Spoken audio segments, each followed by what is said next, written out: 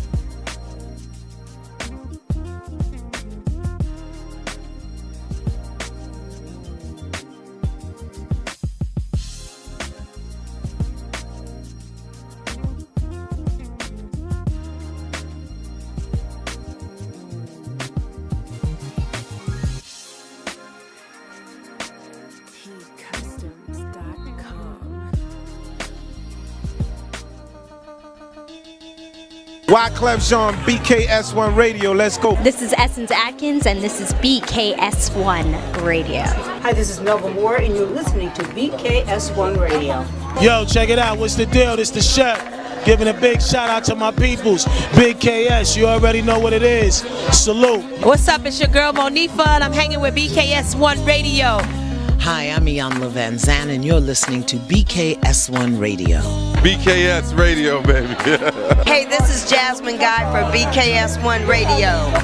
What's going on? This is Lamont Rooker, and this is BKS1 Radio. Shout out to BKS1, the best kept damn secret in the business. Hey, what's up? This is Raven Goodwin from BET's Being Mary Jane, and shout out to BKS1. Hi, this is Leon. You're watching BKS1 Radio. BKS1. God bless y'all.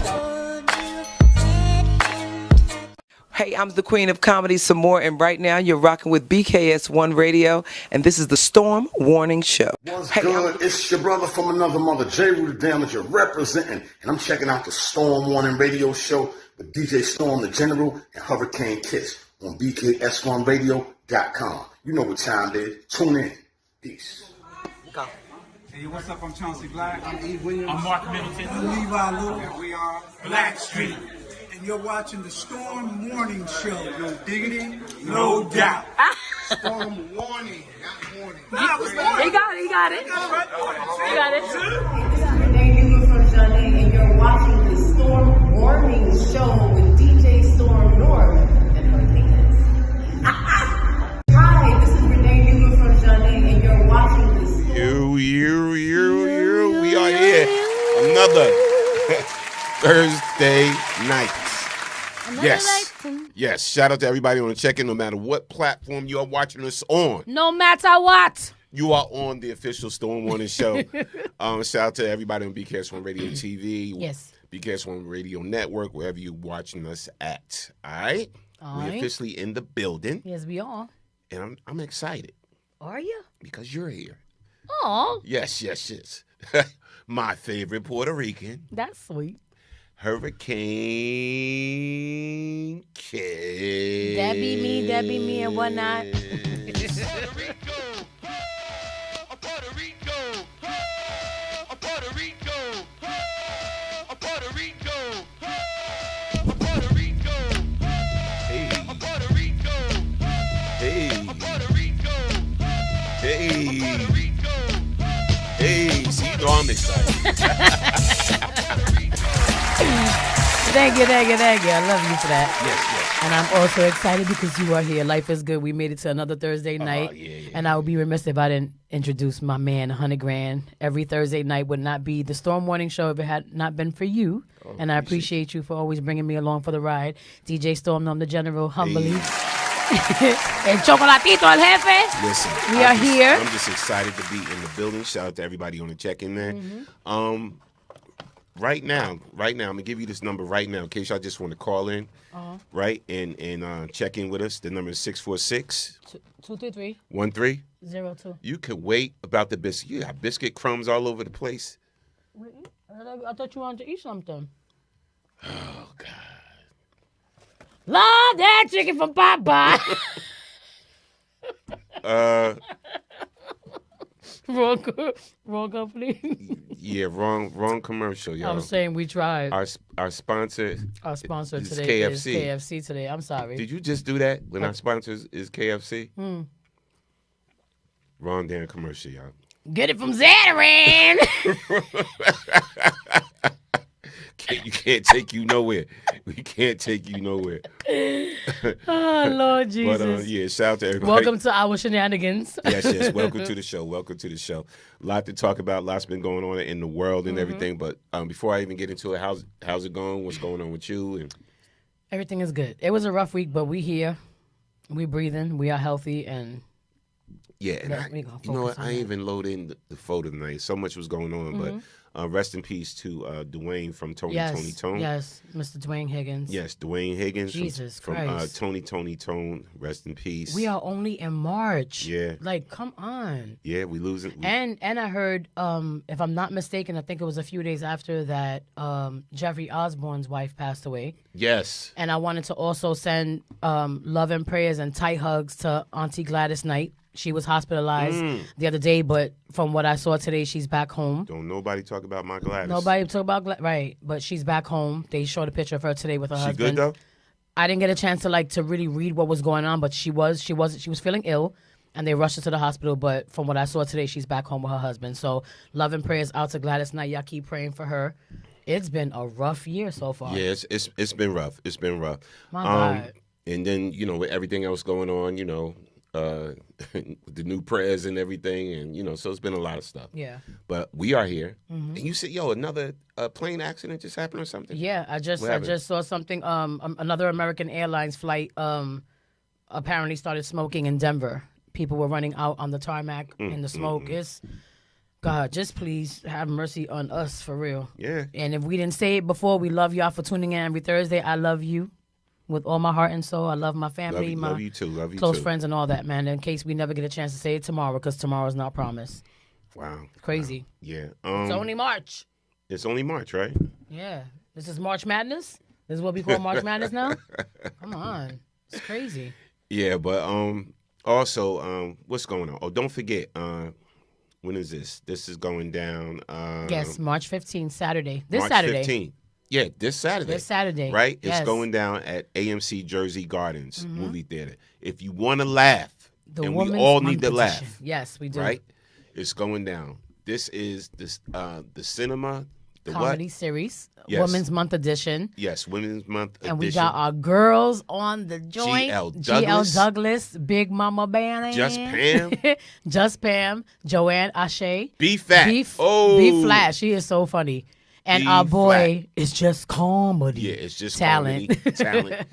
Yeah, that's right. Big Mama, GL. Yes. Wow. Yes. Last week we had the ladies in the studio and they gave out some tickets. People won some tickets, actually. Yeah, they did. And shout outs to Derek Skinner, who also came through and also purchased some tickets for the event. If you guys go onto the website, follow the flyer, get some tickets, and support this event, please. Yeah. It's very important nice. that we support our people. It's definitely going to be nice. Yes.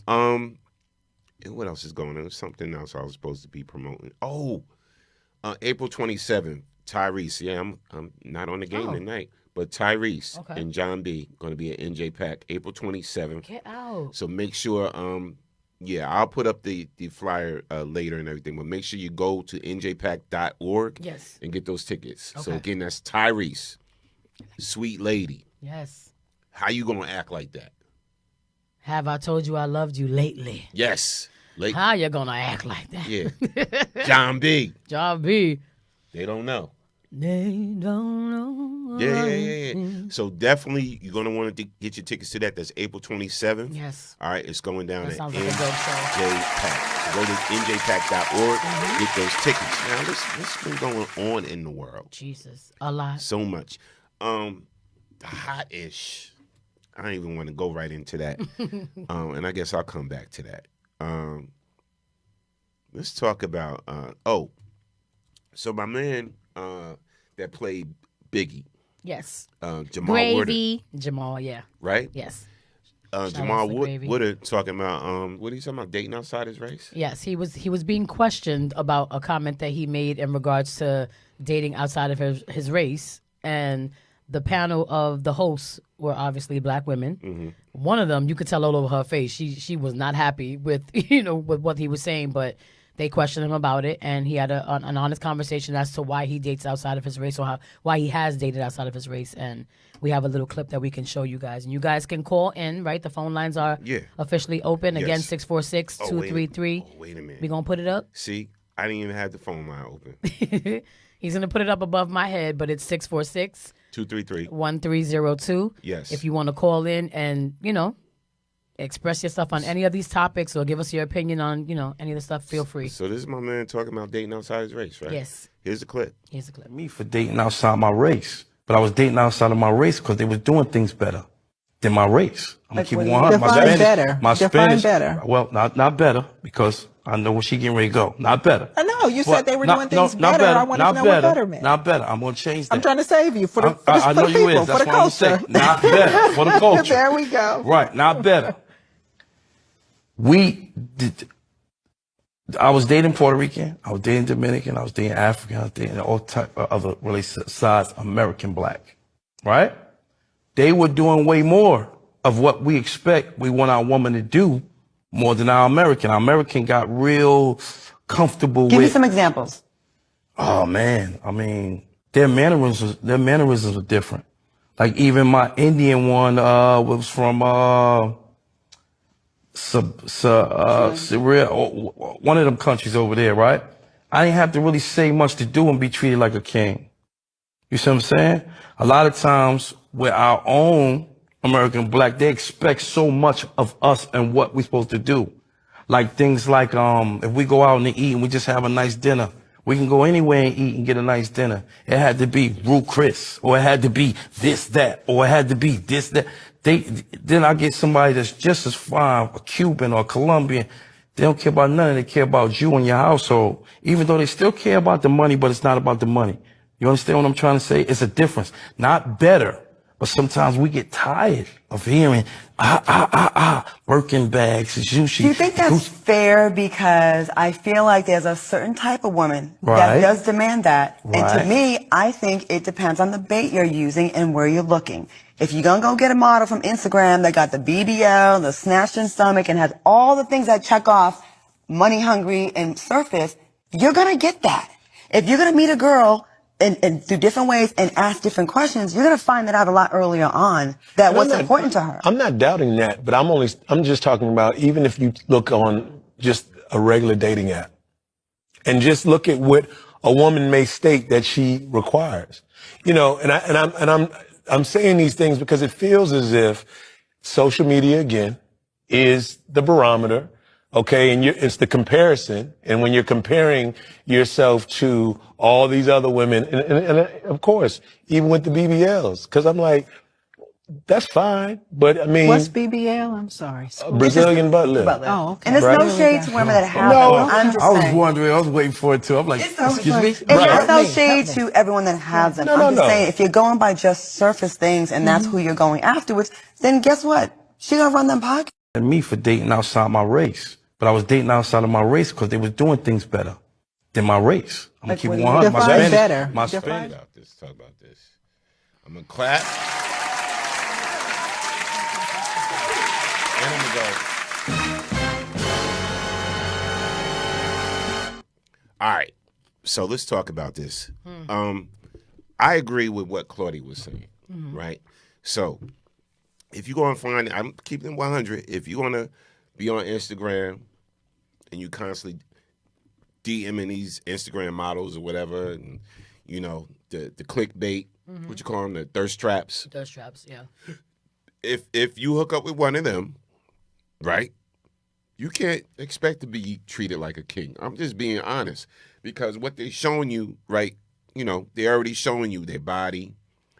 They holding up like the Birkin bags and the Louis Vuitton. And if you and no disrespect to Bernice Burgos, no disrespect, but if you get with her, know that something else is coming with that.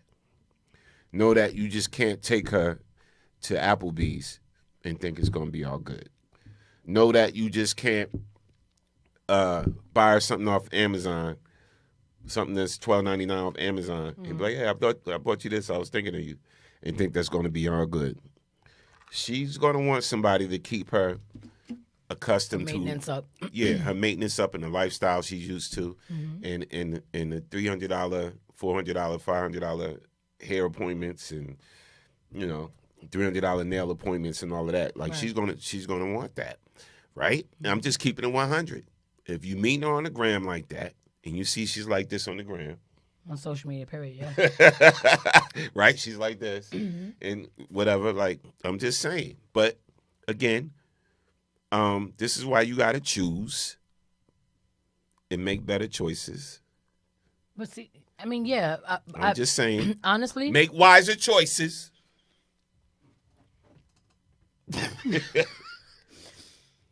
What? No, I'm watching you still posing, so I'm like, I'm sorry. You have your moment. I'm sorry. And then he talking about dating outside his race. First of all, I don't think Dominican really.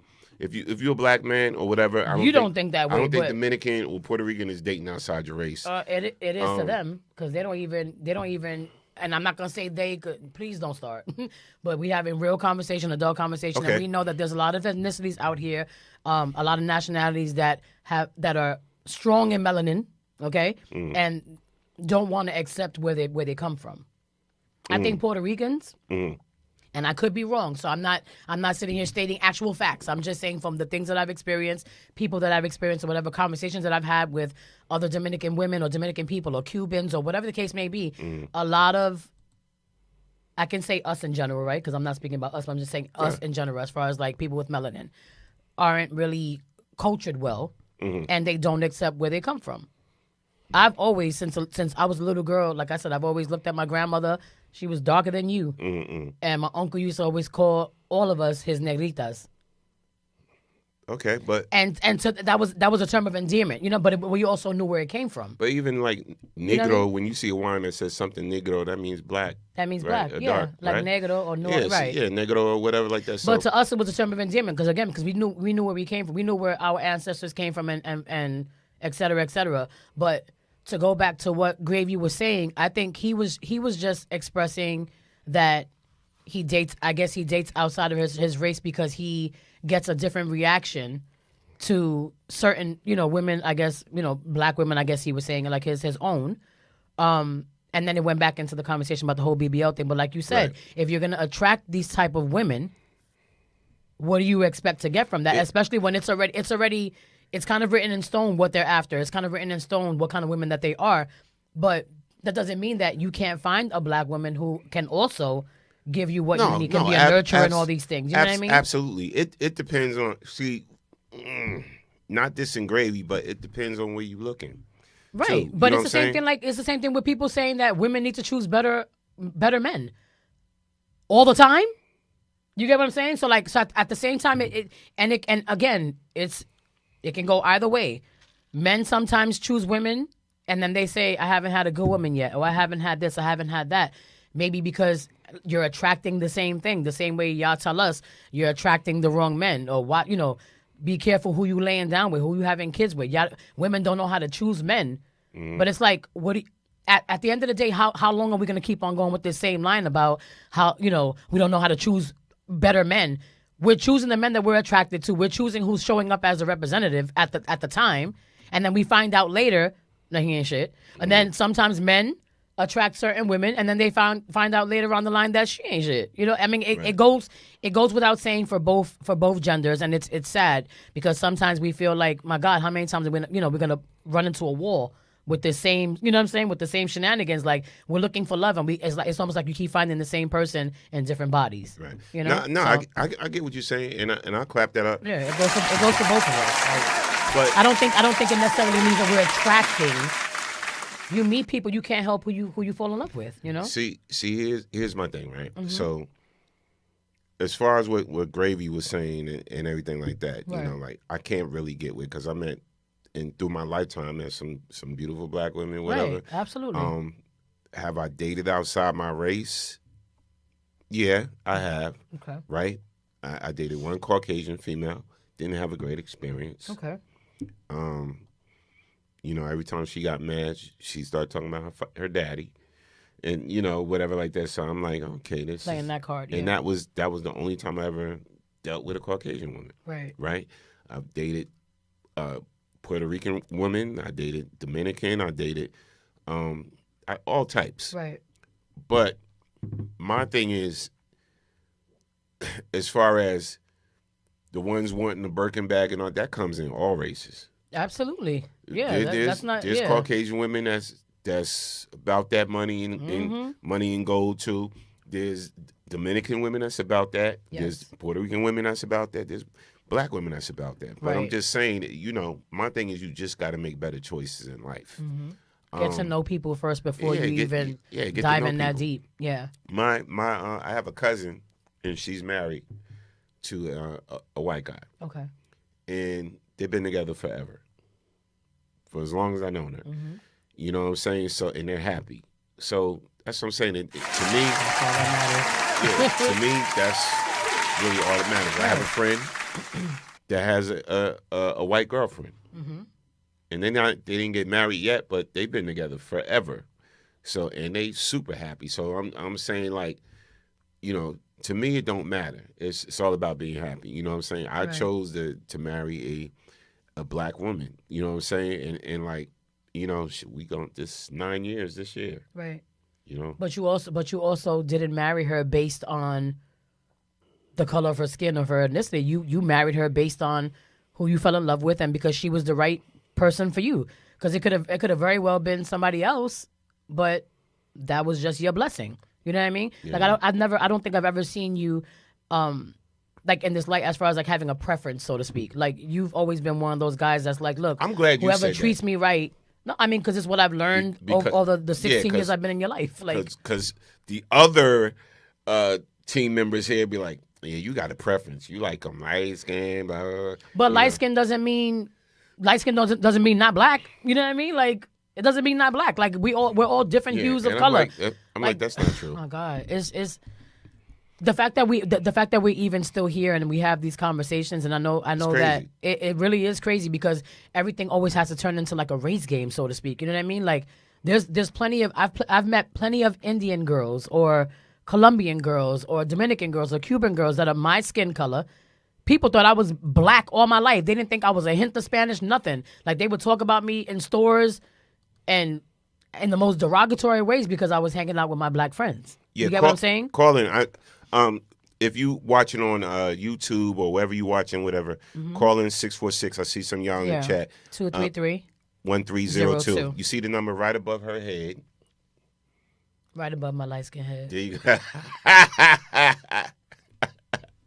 You know what? I'm saying. You know what? Yeah, but we gotta stop that. You gave me the donkey sign. You gave me the donkey sign. Nah. But we really gotta get it together, man. Because it's like it shouldn't matter who you love as long as that person is treating you with dignity and respect, and they're faithful and they're loving and they're nurturing, all these good things. Why do we care? Like, why do we care so much where she came from or where he came from? It's the stupidest thing in the world, but I agree. it's the world we live in. I agree 300%. Yeah. I agree It's the world we 300%. live in, child. So, got to ask you this question. Have you ever heard of a sugar baby? Yes. I've been asked to be one. So, what does a sugar baby mean? Well, from my understanding, a sugar baby is a female who basically caters to an older man Some of these older men want the nookie. Some of them don't. Some of them just want someone that they can just baby, that they can just support. They can give them money. They can take them shopping. They can be, they can use for companionship, things of that nature. And most of the time, from what I've heard, most of the time, a sugar baby doesn't necessarily mean that I have to have sex with you. It just means they want somebody to baby and take care of because they got money to spend. What do you think about that culture? Because I heard it's a whole culture out there of sugar babies running around here. I did not know that.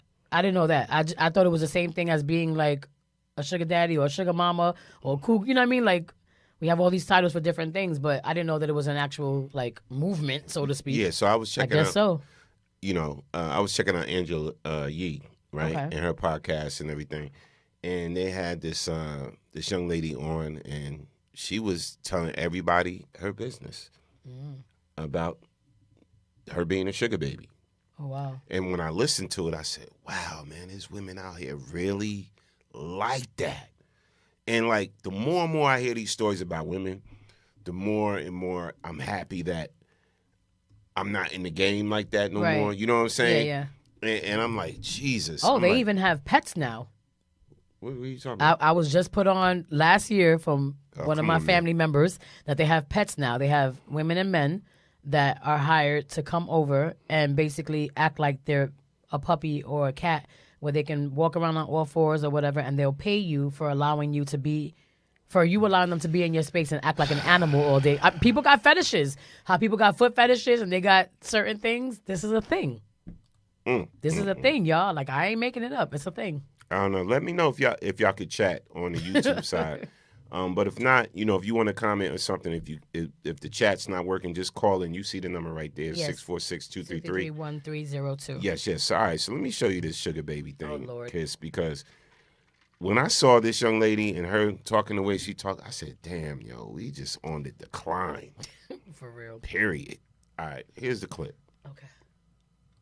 Describe So what let's that elaborate means. for people that are confused of what you mean by Yes, that. yes. Okay. So I started out as a sugar baby when I was 19. Mhm. I used to work in corporate advertising. So I was a senior associate. I worked on Bud Light. I worked on Lyft, Equinox, you name it. And at the time, interning in advertising didn't pay like anything. So I'm Okay. working like 100 hours a week, making no money. And my friend... Hold on. I want to take it back to the beginning of that clip real quick. So here's the beginning of that clip. My bad. Here we go. I would like, see my clients, whatever, my little sugar daddies. Sometimes they were really giving Splenda daddy though, but Splenda. right. Like they just like, they were not opening their purse wide enough for me. Now, Addis, I want to talk about how you got into doing what you do, because you said, I'm a Yes. and then you describe So what let's that elaborate means. for people that are confused of what you mean by Yes, that. yes. Okay. So I started out as a sugar baby when I was 19. Mhm. I used to work in corporate advertising. So I was a senior associate. I worked on Bud Light. I worked on Lyft, Equinox, you name it. And at the time, interning in advertising didn't pay like anything. So I'm Okay. working like 100 hours a week, making no money. And my friend from elementary school was like, there's this website. It's called Seeking Arrangement. You can go on and meet these guys. Right. And she was like, you'd be really good at it. And I was like, I would. So I went on and that's how I started. And then, every time I came home from college, I would like, see my clients, whatever, my little sugar daddies. Sometimes they were really giving Splenda daddy though. But Splenda. right. Like they just like were not opening their purse wide enough for me. But then I got recruited to work for like a full service agency in New York while I was working my corporate advertising job. And then I Okay. was doing that. Then I went independent, started an OnlyFans, and I started talking about this industry on TikTok and volunteering with a lot of like sex worker organizations. And someone was like, hey, would you ever consider doing mainstream? And I was like, it makes sense why someone would ask me that. Yeah, sure. So then I started doing that, and I filmed with like Bang Bros, Team Skeet, a bunch of other companies. So yeah, now I'm like kind of like a multifaceted that's nice resume. Now I'm like a multifaceted. She's like, let me just hoe. give Yeah. you the clip notes. For real. As a sugar baby, were there times that you were like, ugh, he's disgusting, but like, what do you do in a situation like that? Yeah, I mean, honestly, I feel like the oldest man I've ever fucked was like in his 70s. How old are you? I'm 27. Mm-hmm. Yeah, and so I was maybe at the time like 22, and I was just kind of like, okay. I remember the first guy that I saw, he was weird as first of all, he was weird but harmless, like wore a fedora, but you knew he wasn't gonna like shoot you, right? Okay. And like so like I remember like he came in my mouth and it was like he hadn't come in 1,000 years, because I was like, this is so much cum. Was he like, He was. this And I is so remember- much cum? Nah, he was such like a weird old white dude. He was like, wow, you really cleared my pipes, huh? I was like, why You would was you say back that? Because he was backed up. Right. I was like, why did you say that to me? But then I remember leaving his apartment with my. All right. Hold on. I need some. All right. Hold on. I gotta give her all of them. Boo! You suck. I gotta give her this too. Down. All right. And. Hell no. To the no.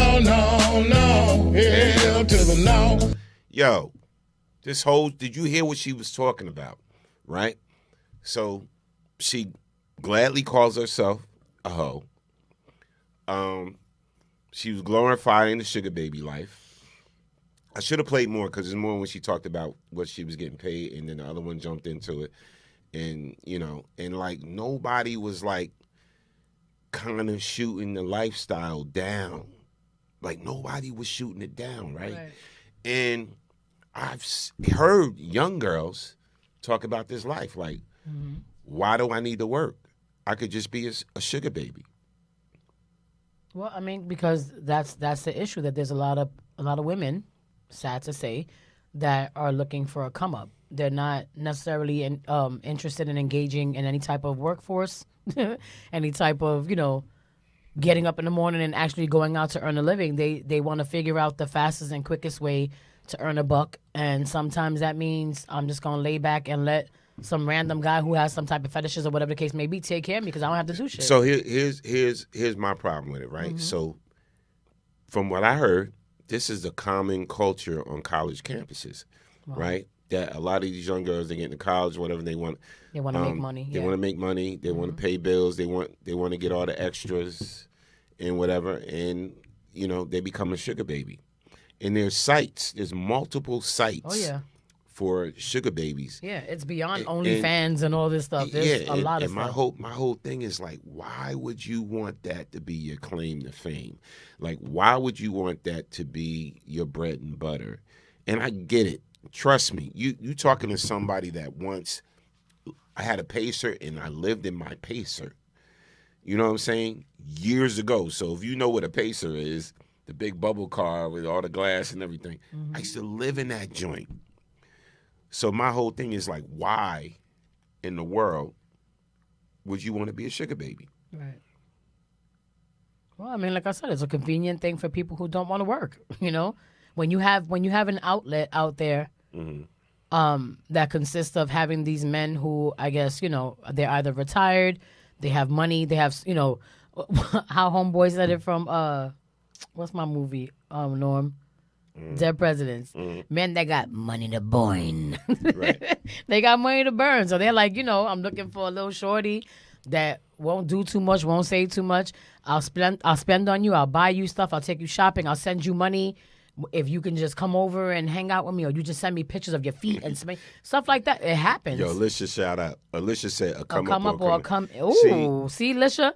Exactly. I'm just saying, like, I was gonna go there, but you beat me to it. And a lot of people listening to, but it's true. It's true. Like Angela's podcast. So if you're a young girl or whatever like that, or this is why it's beyond stripping now. It's beyond exotic dancing and I always wanted a daughter. Yeah.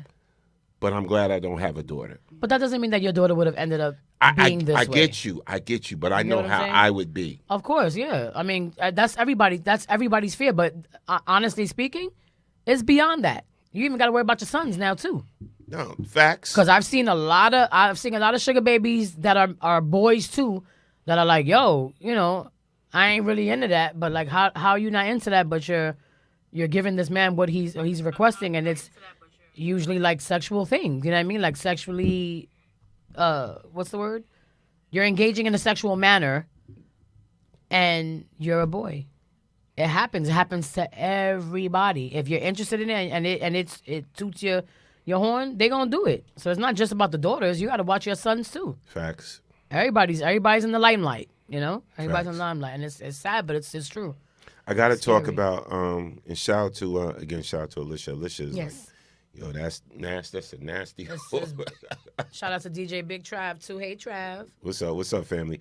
But it's just, it's just ridiculous. But anyway, I got to talk about this. And real quick, Dawn Robinson from En Vogue. Oh Right. So Dawn Robinson from En Vogue, we've been seeing people talk about it, whatever. She said she's been living in her car. Yes. And when I heard everything, though, I got to be honest, got to be real. Yes. I just wasn't surprised.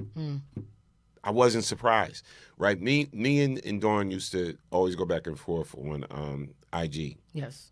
And we used to always go back and forth on IG. So I sort of got to know a little bit of her personality. And, you know, like if you don't really follow her or whatever, you think she's out there.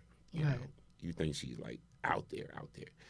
And I was just kind of shocked. In case y'all didn't hear the story, she actually got on a live in her car and told her truth. And confess, yeah. So for that, I applaud you. But I'm gonna let y'all listen to what, you know, Dawn telling us her business.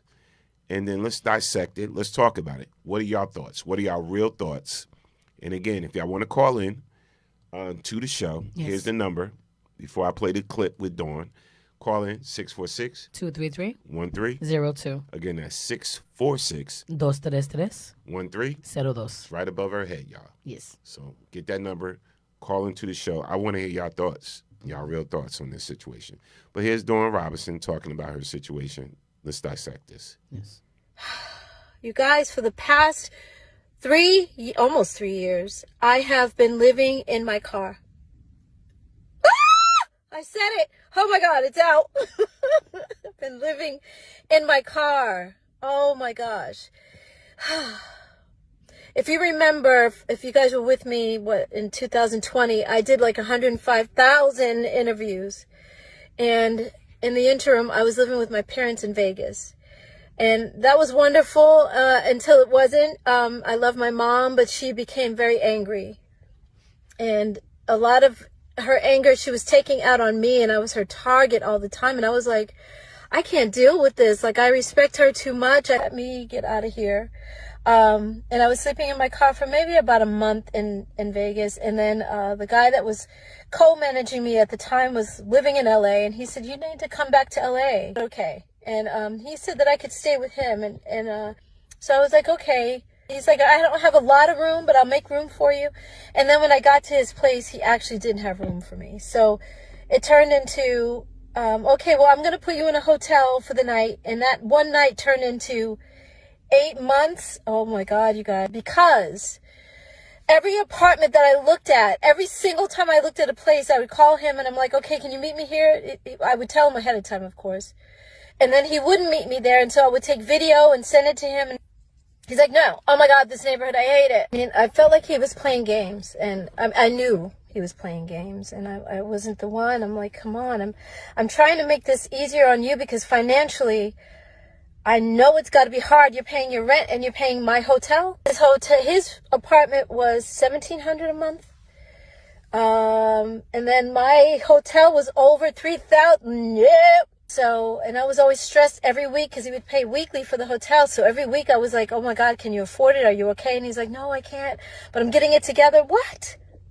You're the one who said to go to the hotel, and you're not approving any of the apartments. Like, it would be so much cheaper to just get me into an apartment. Like, what's the problem?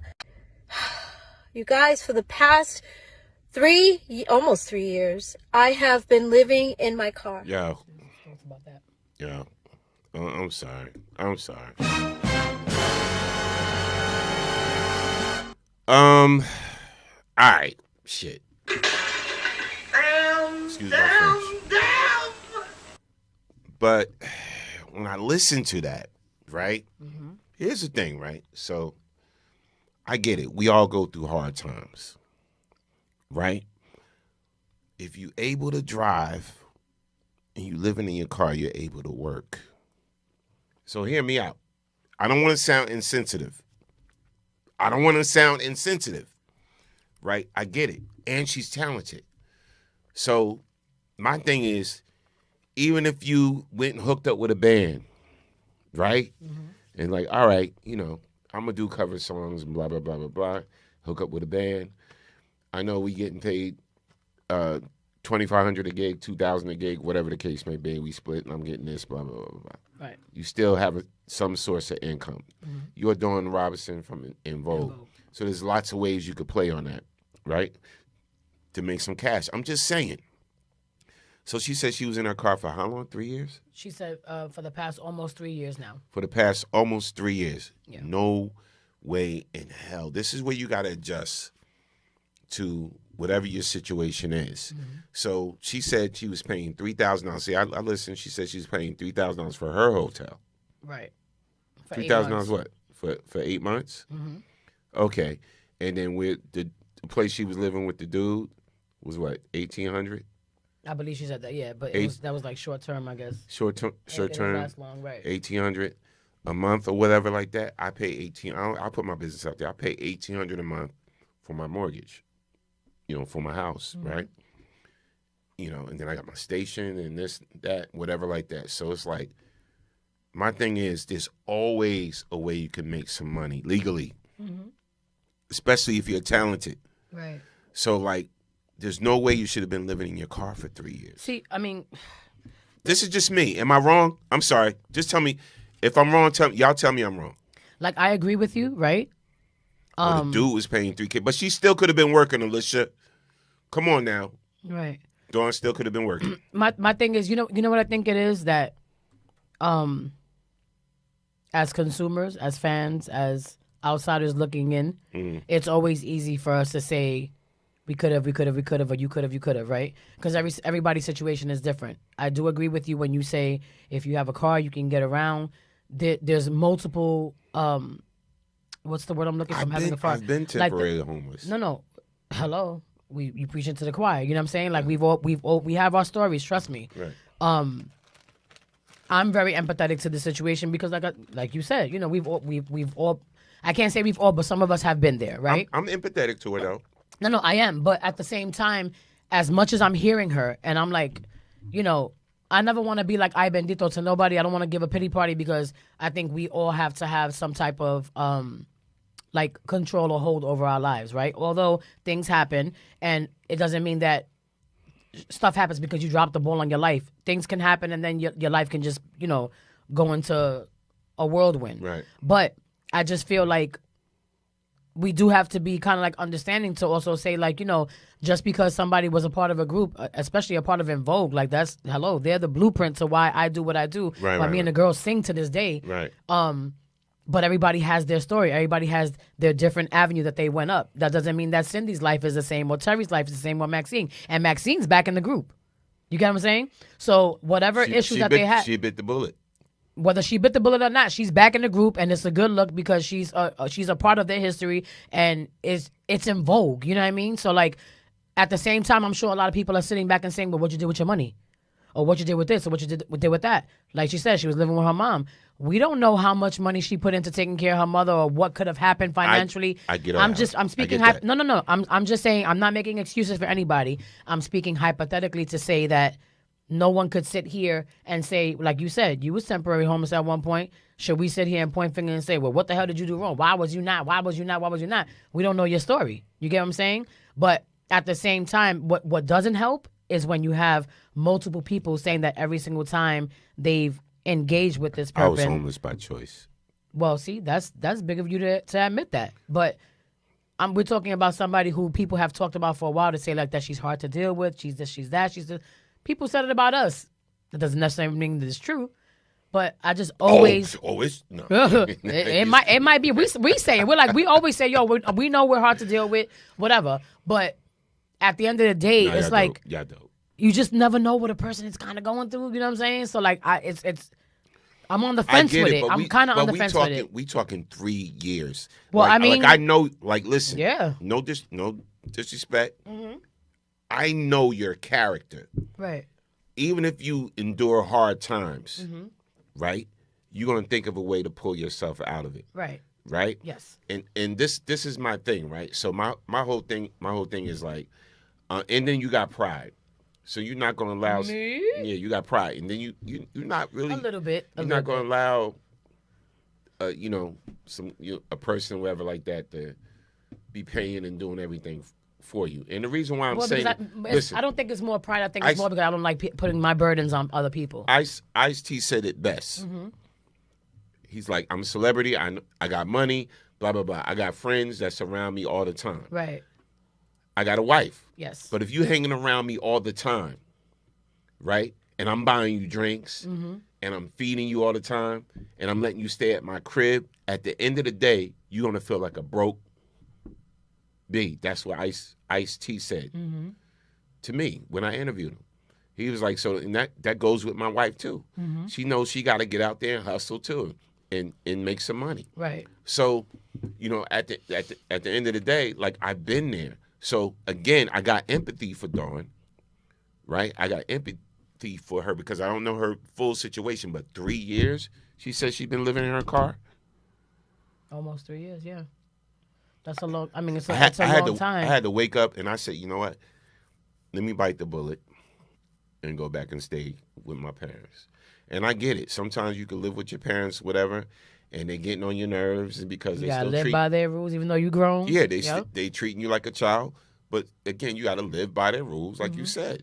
You know, when you're staying with somebody else, you living with somebody else, people, it's their way or the highway. Right. She chose the highway, literally. I'm just saying.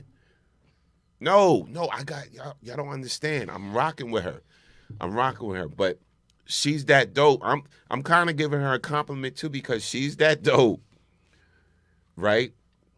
Where like, come on, you went from En Vogue I can't stand you. to Lucy Pearl. Yes. With Raphael Sadiq. Yes. So something happened with that situation where they're not doing Lucy Pearl no more, right? Something happened with En Vogue where she's not in En Vogue. So now you got the one that came from the Jamie Foxx show, which replaced Rona. Yes. Yeah, shout out to Rona. She's been running with En Vogue strong for what, 10 years now? Heavy, and they've been doing their thing. So now you got Maxine back. Yes, I'm happy about that. So Maxine's back, and now you got her telling her story now on video, and it gets posted up, whatever. Yeah. And so I mean, again, it's to me, it's just more disheartening because of the fact that you're Dawn. You know what I'm saying? Like, whatever you're going through, it's unfortunate, but it still doesn't take away from the fact that you're beautiful. You are a black woman in America. You are talented, and she should be able to get some work. And again, I'm saying this in the same breath to say, yes, you should be able to get work, and sometimes it's hard to do that. Right. You know, as somebody who's always been out there, you know, we've always sang, we've traveled or whatever, but we've always held side jobs as well because you just never know what's going to happen. I got a couple of things going on right now. We got a couple of things going on collectively and individually as a group because we know that in today's economic state of today, especially today, you have to have at least 2 to 3 streams of income coming in just to survive. Here's the thing, like, and you know, same with me, whatever. But my thing is, I'm blessed to do what I love and be able to pay bills. And, you know, if I buy a T-shirt or a hat or something, I'm able to buy it through my passion. You know what I'm saying? Like, same with you, you know, like doing something I love. Dawn is talented as hell. She is. She can sing. She can write. Yes, she can. So my whole thing is, you know, maybe there's other things like you're saying. It could be depression, right? It could be that as well. It could be depression. Why she's living in her car for three years. But at the end of the day, you are responsible for the conditions in your life. Yes. You are responsible for the conditions in your life. And this is what I've learned. You know, so again, I have empathy for Dawn. I hope somebody heard her story or whatever that can assist her and take her to the next level. Right. But whatever she's dealing with, she has to change to, you know, be able to come back to En Vogue, if that's possible, because I don't know their situation. Yeah. I truly don't know what broke them up. Right. Yeah, me neither. I don't. I don't know. I couldn't sit here and tell Lucy Pearl's situation. I don't know why her and Raphael Sadiq, whatever. You know, because I wanna dance tonight. I wanna. That was hot. That was hot. We don't know, but. Yeah, I can't jump on the bandwagon. Like, I saw some people in the comments like, what? She was a part of En Vogue. She should be a millionaire. People don't understand this business. Right. I'm kind of upset because one of my friends just sent me a video of Jermaine Dupri actually responding or giving his 2 cents about that situation. Saying what? I wanted to send it to you, but I know we're in the middle of the show, so you might not be able to like put it up. Send it. Send it? Okay, we're gonna send it, and because he literally just said, y'all should bring it up again. This just in breaking news, because it's Jermaine Dupri talking about. Yeah, message so I'll me. send it to you. Let me see if I can. I'm gonna send it to you in the DM. Okay. Because I would just love to hear just other people's insight on the situation. Again, we don't know everybody's life, and I try to always be very empathetic to people's lives in general. But I also do know. And I'm glad that you mentioned it, that sometimes depression, because I go through it, I have anxiety, depression. This past week, I just told Norm, I had a terrible week.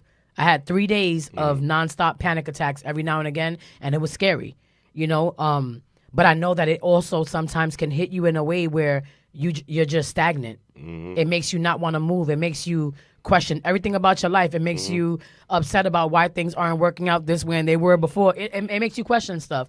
But at some point or another, you have to be able to get up. And we've had this conversation. Like, I know for a fact that I'm a jack of all trades. I can do a lot. But you're dope. Sometimes there's also fear of how do you get started? You're dope. How do you know what I mean? But that happens. You're super talented. The biggest problem with any of us that's talented is sometimes we second guess ourselves. We second guess, and right? I'm a Virgo, so Jesus.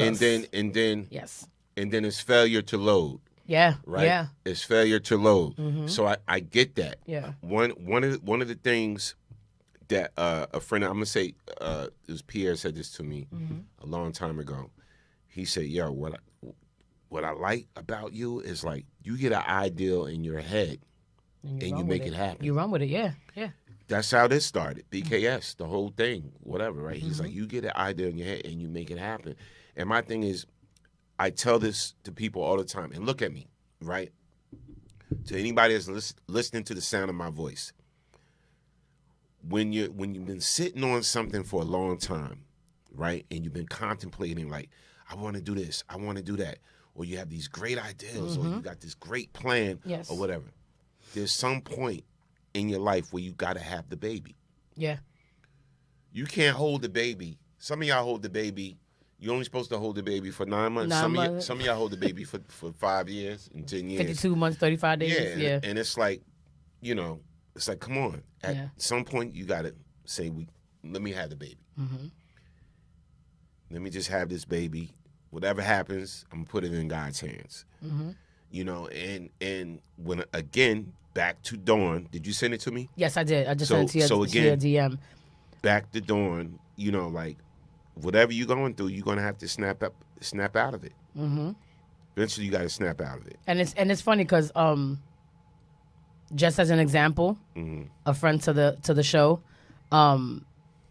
just in the same respect and in regards to us talking about us just being creatives, you know what I mean? And as great as that is, because we know that we are, there's also very there's scary gray areas. Mm-hmm. That's one reason why I wanted to shout out somebody who we just had on the show recently, Tobias. Okay. I love the fact that Tobias has come from, all walks of life, from modeling to now to acting, and he's on the screen everywhere. If you look him up, you can just IMDb that man. You know what I'm saying? But the fact that he also, doesn't sit back and say, well, this is all that I am. He came here and he told y'all all that he does. Now he has his the supplements that he's selling. He has the workshop now where he's inviting people to come and test out their acting skills and all that. It's about the grind. You know what I mean? Like there's always a way to be able to open up the doors to other facets, to other avenues of income or whatever the case may be. Right. Just from simply using your talent. You get what I'm saying? So it's like, and again, as scary as it is, and again, I'm not saying that to say that Dawn is like Tobias, or Tobias is like Norm, or Norm is like me. We're all, different people that go through different walks of life or whatever the case may be, and we all deal with different things. You get what I'm saying? Tobias is not at home raising an autistic child and 2 grandkids, and Norm's not at home living in his car. We all have different lives, but just to be just in the respect of being a creative and being an artist who is talented, and she's still beautiful, she's still young, she still looks freaking good. So there's no reason. And again, I'm not trying to be her mama. I'm not trying to chastise her or anything like that, because I've been there before too, where I felt like I wasn't living in my car, but I was like, what the hell is my next step? And it was scary. Dawn got it. Dawn is dope. Like they're all dope. talented. She dope, but like look how long it took for Maxine to come back, and Maxine she's Dawn still is the on type it. though. You come at her the wrong way, she'll snap on you. She's gonna snap on you. Yeah, right. yeah. She'll snap We've on seen you. it. No, I've seen it. No, I know. I've seen it. You know, It is what it is. and my whole thing is, again, I don't know what is the reason. Mm-hmm. You know, when I've read things and people say she's a problem, she's a problem child. It's her mouth, it's this, it's her attitude, it's this, that. Yeah. I don't know. You read things, whatever. I don't know. But I'm saying is, she can change. What I'm saying is, she could change her situation. Yeah. If she wanted to. You know, so. And I hope she does. Yeah, and I hope she does. I really hope she does. And I hope, you know, people see that video and the right person step to her and help her change her situation. Mm-hmm. You know, but once they help her. What you gonna do with it? What you gonna do with it? Yeah. Are you gonna be grateful? Or are you gonna, you know, have another missed opportunity? Because there's always a way to turn it around. Yeah. And change your life. You have to. You got to. I reinvented myself so many times. Yeah. In my life, and I'm still doing it, right? Mm-hmm. So even at my age now, like I still got goals of things I want to do. Like I'll be honest with you, you know, like my goal is BKS. Love what I do here, BKS, and people having different shows here, and you have so many different personalities that walk through here, whatever, and so many different takes on things, and I love that. So that will never stop because that's something I can do, God willing. If I'm 80 years old, I still can get on this mic absolutely. And talk. Yeah. And, you know, we can share things with people no matter how old. So this is forever for me. Mm-hmm. But a big part of me always just wanted to be, like, because I love music still. You know, you may not see me out there all the time. And sometimes I don't post. I'm out there, but I don't post my business all the time. But it's like I always still wanted just to be a concert DJ. And no disrespect, not DJing at the lounge. Even though I'm going to be at Miller's, so those listening to the sound of my voice, April 8th, I will be at Miller's, karaoke and rockin' music. I'll be doing karaoke and rockin' music at Miller's L on 22. That's April 8th. Say the date, and April 15th. April 8th, we're going to be there celebrating Sandy's birthday. As well, so let's go, boo. That's going down. But April 8th and April 15th, mark those dates. Miller's L House, in I think that's considered North Scotch Plains or North Plainfield, one of the two. But it's right on 22. Y'all know where that's at, right next to Chick-fil-A. But I love doing that and things like that. You see me at the park concerts in Plainfield or the events, whatever. You know, getting that big stage stuff, but I love doing big stage. I love being a concert DJ. I love working with groups. Shout out to Jonesy, whatever. She plugged me into Pix 11 and everything. Big shout out to Jonesy. Appreciate that and everything. But, like, those are things I enjoy, you know, or working with artists. And those are things I enjoy as far as just making people feel good. It makes people happy. You know? Yeah. Those are things I enjoy. So that's what I want to do. So I know with the path that I'm trying to take, I feel complete in a lot of ways because I've done a lot of things that I've wanted to do. Yeah. And got to meet a lot of the people I needed to meet, whatever. And some of them still in my life, and some of them assist me, and I assist some of them. So, you know, I'm good. I'm content. What it's about, But I say all that to say, and bring it back to Dawn, is that she can change her situation. Yeah. Now I'm off of that. So you have Jermaine? Did you get it? No, I didn't. I never get it. Let me see if it finally came.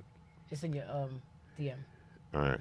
You sent it to my inbox? Or said inbox. I always said messenger, inbox, download, because I could download it. Okay, hold on. Quick. I'll get it. See? Oh, and really quickly, I know we spoke about it earlier in the beginning of the show, but another person that passed away recently, if anybody remembers the group 5 Star.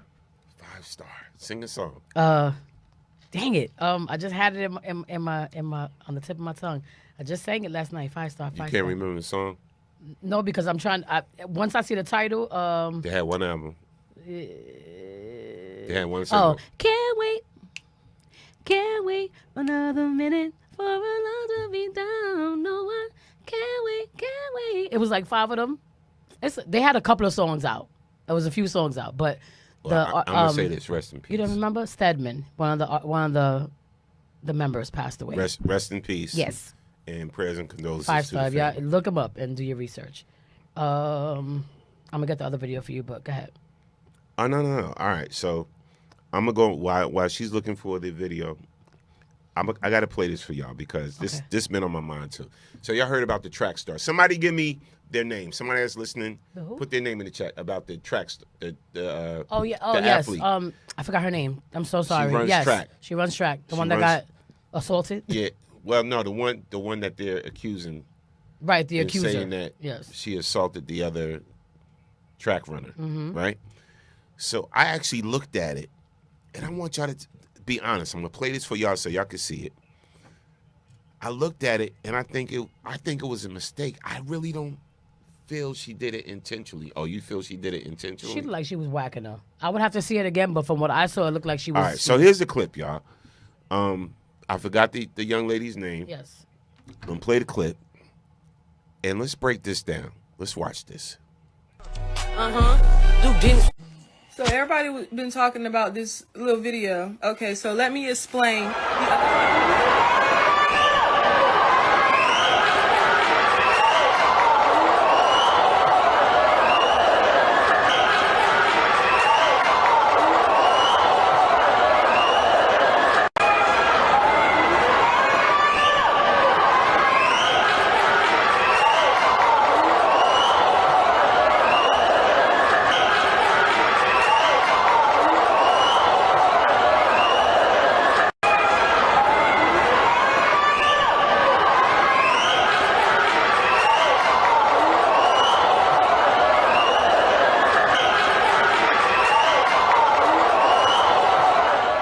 Yeah, never mind. Forget everything.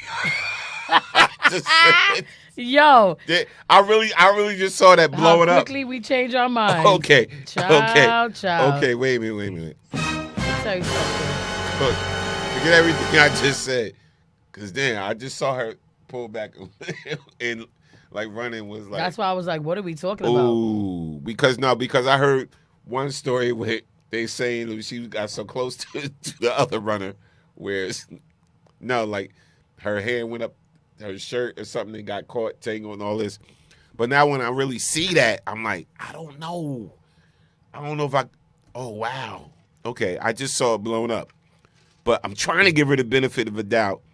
So let me see what this other chick is talking about, her take on it.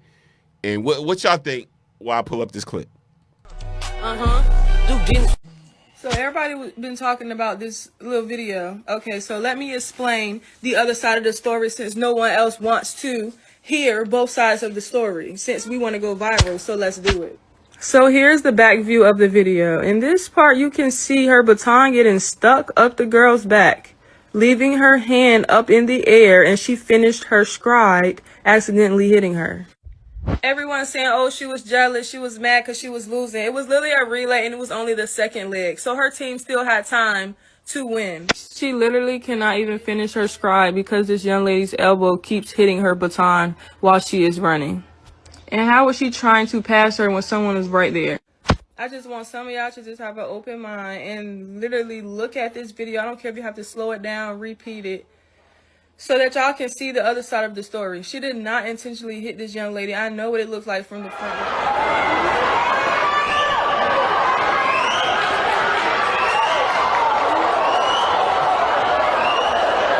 Person by myself, nobody's gonna believe me because I can admit from the video it does look purposeful, but I know my intentions and I would never hit somebody on purpose.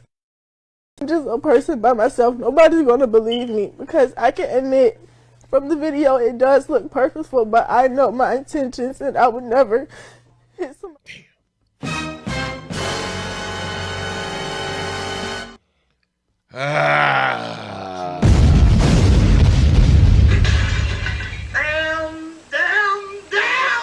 All right, so let me see what y'all saying.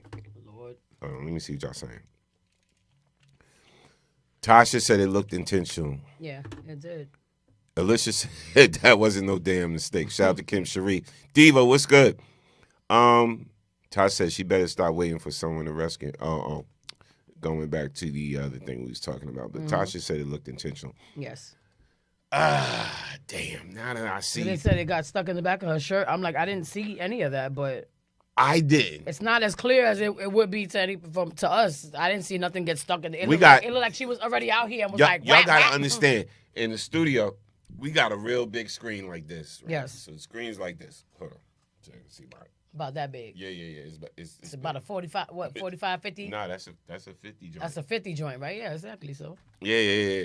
So we can see it real clear, and I'm like, maybe another angle got stuck up the shirt. I'm trying to get this young lady the benefit of the doubt because when she had them tears running, it caught my heartstrings. I'm sure it did. It caught my heartstrings when I saw the tears. But that didn't look like nothing from what she was saying. It looked like that. It looked intentional. It didn't seem from the front angle. Her arm was already over here. It didn't seem like it came up from her here and she was like struggling to get it out. Because even if I went like that, like, yo, y'all, and my arm get caught here, that still warrants me to go, hey, and then hit you in the back of the head? Like, what we talking about? All right. I sent it to you, by the way, Messenger. So the Storm Squad, the Storm Squad said, Stevie Wonder saw that ish. Yo, hold on. Yo, I could not deal. Storm because honestly, when I first saw that, I was like, what is happening? Because it looked clear as day. It wasn't like she was having like, what do you call it? Like she was having issues with, while she was running that her baton got stuck. Her arm was up here already. I didn't see any of that. So and you whopped her a couple of times. Like, what are we doing? So you're not rocking with her? I'm not. They would have to like really get some footage that shows everything like really, really close up and where it's clear as day, like this was a mistake. The way her arm was moving, it was very suggestive that she was trying to rock her. Sorry. So sorry, but what's, it didn't. What's this clip you trying to show me now? So this clip is Jermaine Dupri's take on Dawn's situation, his opinion as to what how he feels about why she's living in her car and how he sees things. All right. Basically. All right, here's a clip. This is Jermaine Dupri. Something was her choice to be in the car. I saw somebody send a message and say, Jermaine, Monica, all of y'all, can y'all put some money together to help Dawn out? From my understanding, for her to speak on it the way she spoke on it, she was basically saying that she saw other people living in their vans, living in RVs, and she welcomed the idea of doing this. Somebody said her choice or limit. Having an assistant is not something that you should even think about if you don't have no money, right? And I'm bringing this up because Dawn, when she was telling the story in her car today about her living in her car for the last 3 years, she said, I was telling my assistant. And when she said that, I said, oh, wait a minute.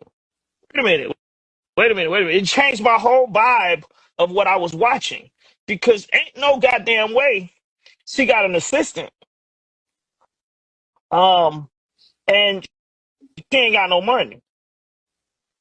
You know what I mean? Ain't no way. Yeah, Mr. Watson, when you ain't got no money and you out here just doing what you got to do, you do by yourself. Definitely. You know what I'm saying? You moving around by yourself. Ain't nobody getting ready to sit up under you and just kick it for nothing. You know what I mean? So, I mean, it might be some people that will stick there for a little bit, but 3 years having an assistant. She said she been in her car for 3 years. Ain't no 3 years of an assistant staying around. They ain't getting no money. If you ain't got no money, how they gonna help you? I mean, you know what I'm saying? You ain't got no money to pay them. Yeah. It don't even make sense, right? It don't make sense. So I'm just trying to make sure everybody pays attention to the whole scope of this story, because that's what I heard, and that made me think, wait a minute. She got an assistant. I don't know if she broke. She might not have all the money that she want in the world, but she definitely is not broke saying she got an assistant. Yeah, nah, that's all I'm saying. Something was her choice.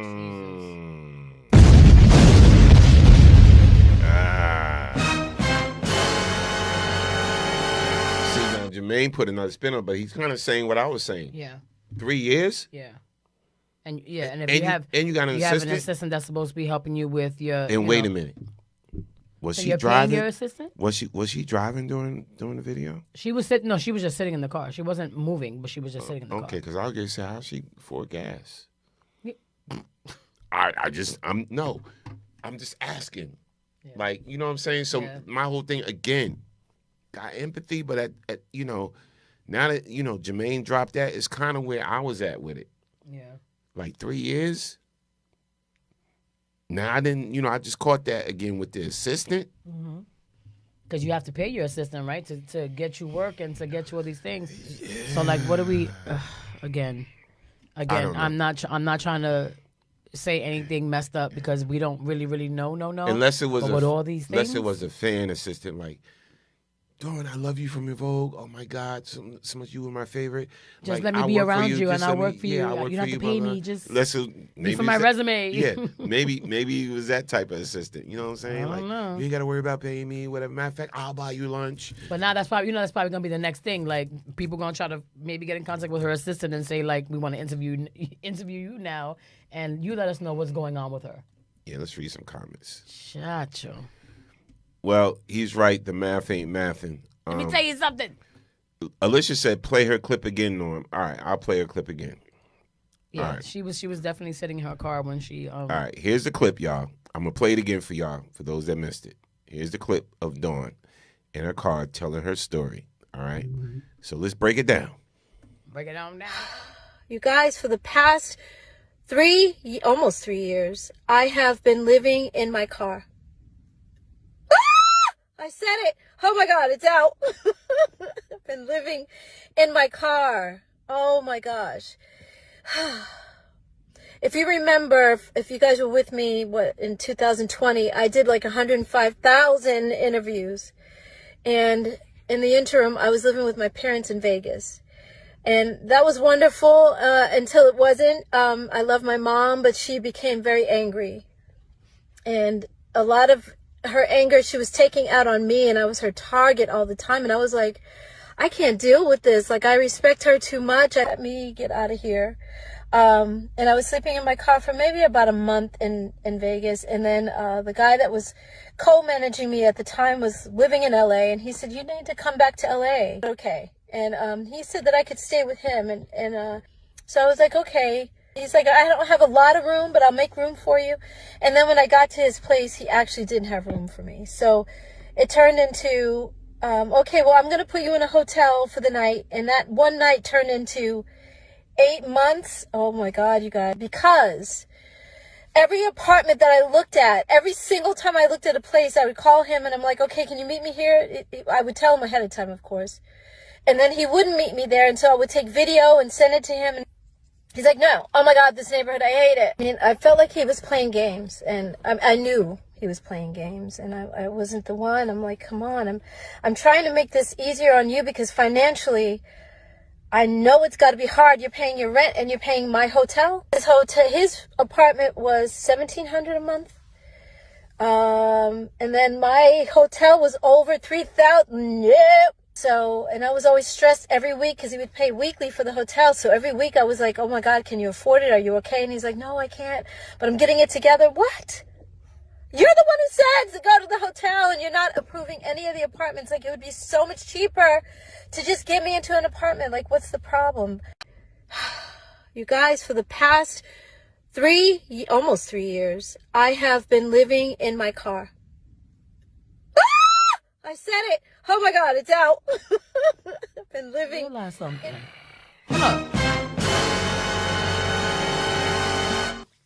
What? I just realized something, right? What? Okay. We got past the whole thing of her friend saying, I can make room for you. Mm-mm. She got there. She realized that he had room for her and her dog, because that was the thing. You have the dog, I have a dog. Then it went to staying in a hotel for 8 months. So now you were also expecting for this person to put you in an apartment because everything else was costing so much. His rent was this. His expenses were what they were. But now he's supposed to also pay your rent in this apartment. Why didn't she just stay in the person's apartment for a little while until she could get her money up if he had space for her? You were expecting him to also pay his rent and now your rent in the new apartment? That's what we're talking about? So Tasha and Alicia bringing up points. So Tasha, Alicia, am I bugging? So Alicia said, Her mother became angry because her ass wasn't paying no bills. Right. She said she was trying to make it Tasha easier said on the that. man. Her mother became angry, and then who was paying her rent? Okay. And then Alicia said, I didn't hear her say she had an assistant. Right. I didn't hear that either. That might have been information from another interview or something, because Jermaine did say, she said in an interview that she had an assistant. She said, "Why?" So maybe it was something we didn't see. She said, "Why the crazy scream at the end and what?" That was that. You know, when people get nervous to put something out there, like when you don't expect somebody to be going through hardships, and it's like, I know I'm gonna be embarrassed if I say it, but I finally got it out. That's what that was. For the past 3 years, I've been living in my car. I said it. Like, oh God, I said it. That's what that was. Like, girl, I done put my business out there. Now what we gonna do with it? Lord. Eso lo que fue. All right. Jesus Christ, this is crazy. So, all right. So for the why you bugging segment, for the why you bugging segment of the show, yo, this is so embarrassing. So I got to show y'all this clip because I said, yo, we got to do better as a people, right? And I'm not just going to put this on us because I saw a lot of comments. When I show y'all this clip, I saw a lot of comments about it, and it was like, oh, what do you expect? You know, blah, blah, blah, blah, blah. And it was the usual suspects talking about black folks, whatever. But when I saw that comment, I came right underneath it with other clips, too, of white people doing the same thing. Like, they ain't no different. They ain't never too far. Yeah, they ain't too far at all. So, like, cut it out. Far, right. But this was a daggone funeral, right? Oh, so I was kind of disheartened. I was like, are we really doing this at a funeral? Yeah. Right? I got to show y'all this clip. I just want to know y'all feelings, y'all real feelings, y'all take on this. How y'all feel about this? This is at a funeral, y'all. Mm-hmm.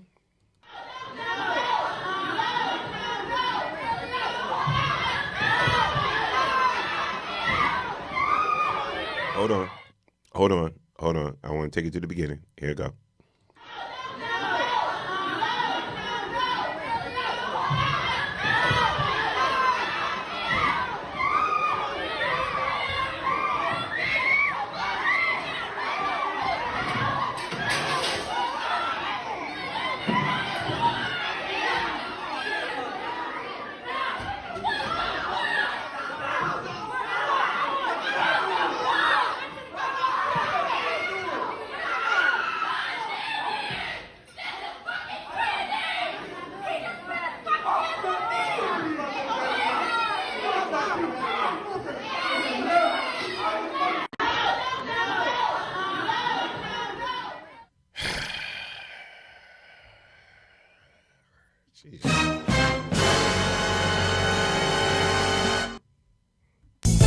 Hell no, to the no, no, no. Hell to the no, hell to the no, to the no, no, no, no. Hell no, no, to the no, no.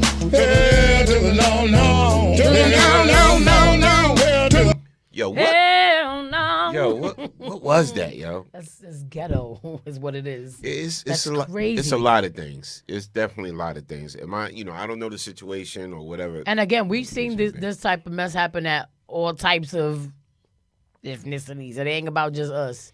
But why? Like, why are we doing this? There? Nah, yeah, it ain't just So us. now on top of the expenses that you just had to spend to bury your family member and have services, whatever y'all broke, you got to pay for that too. Shout out to Diva. Kim said, wait, are they fighting by the casket? Yeah. Move the babies. She said, move the babies. Like, you know what's so funny?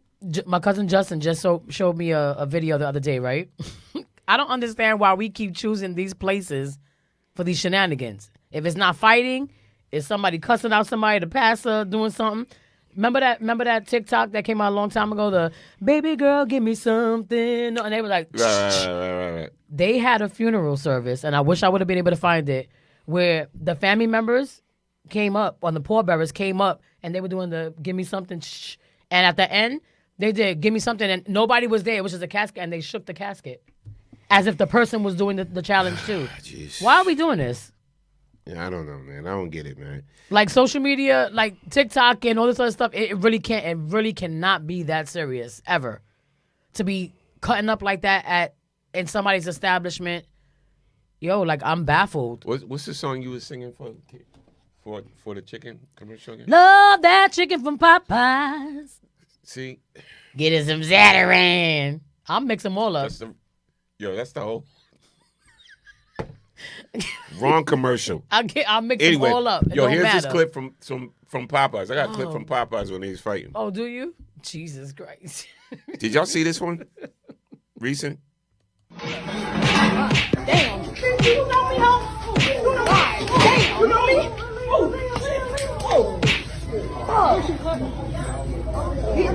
All right. Get in line. All right. Sit. Whoa. Grab my knife. Get this knife, bro. Oh, shit. Grab my knife. Y'all bring that up. Hey, she bite my finger. Grab my knife. Hello, come on. Oh, hey, somebody got her. Come on, what's wrong? Damn. You know me, ho?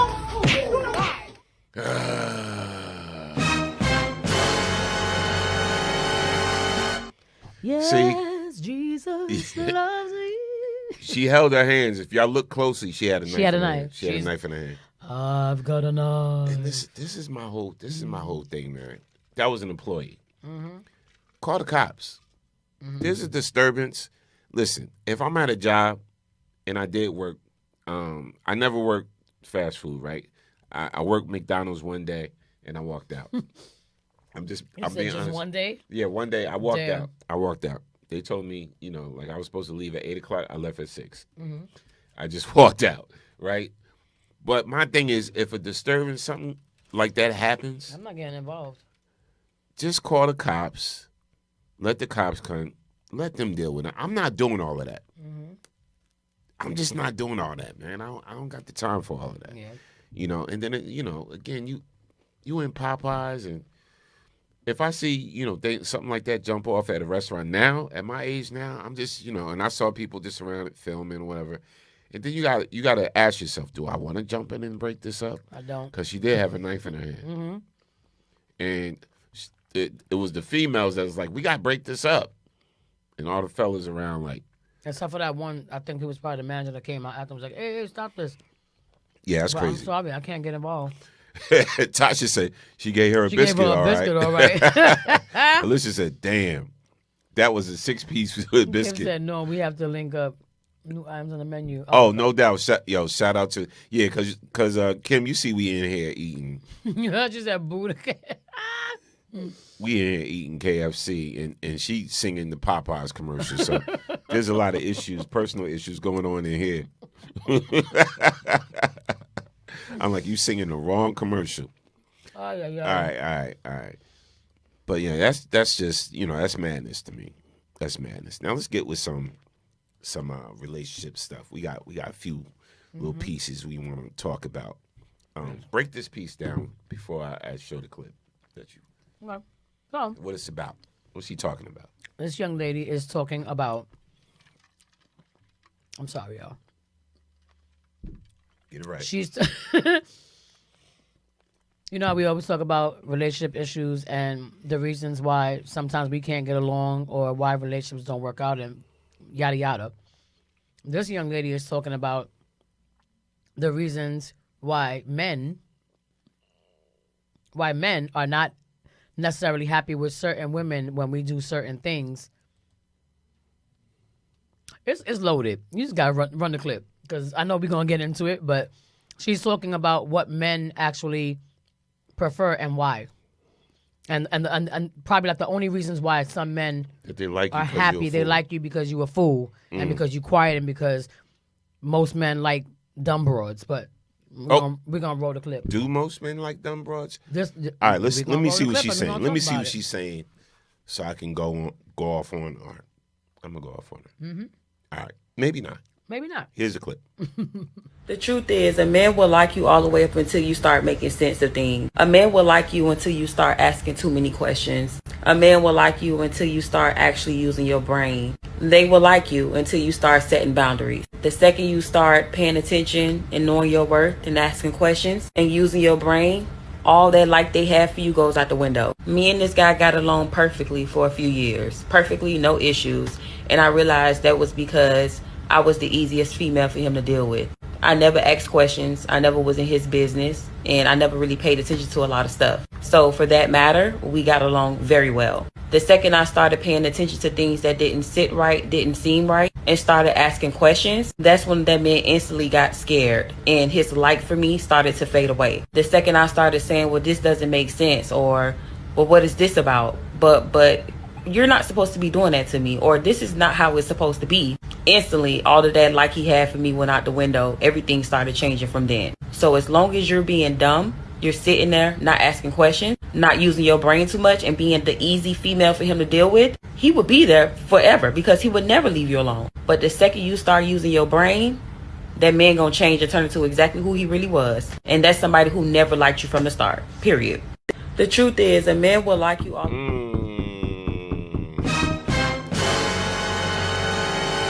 So I'm gonna go right to you. Is she speaking truth? Yes. Is she speaking truth, y'all, or do you kind of disagree? What y'all think? Y'all kind of disagree, or what? What's she speaking truth about? I'm gonna hold my chicken in the hand. Tonight's show is brought to you by KFC. Sing the KFC song. Finger looking good. KFC didn't have a song. Oh, so all right. So it was just slow. It's just finger looking good. What's your take on what she was saying? My take on what she was saying, and don't shoot the messenger. I'm going from a place of experience like I always do. I have experience being in situations where I thought that a situation that I had with a certain, or like my dynamic with a certain person was something of love and affection, and we liked each other and we were into each other and we were fully invested and blah, blah, blah, blah, blah. Until I realized a lot of times women like myself, right? Mm-hmm. We like to come into situations where we're learning a person. Like, you know, when I meet somebody, the first thing I want to do is get to know that person. I want to know what's your life about, what's going on with you, what's your story, you know? And I want to be able to understand you from a perspective of understanding you to a point where I know, okay, he's been through this, that, and the third. So not that I would provide that, but it's almost like saying, like, yo, you know the type of hurt that a person's been through, and you don't want to bring that same type of hurt. You don't want to make the mistake of saying something wrong that might trigger them, or doing something wrong that might make them look at you different, or whatever the case may be, because truth be told, men and women both the same. When you're dating, we're all under the scope, right? If you were still dating, you fucking that chicken.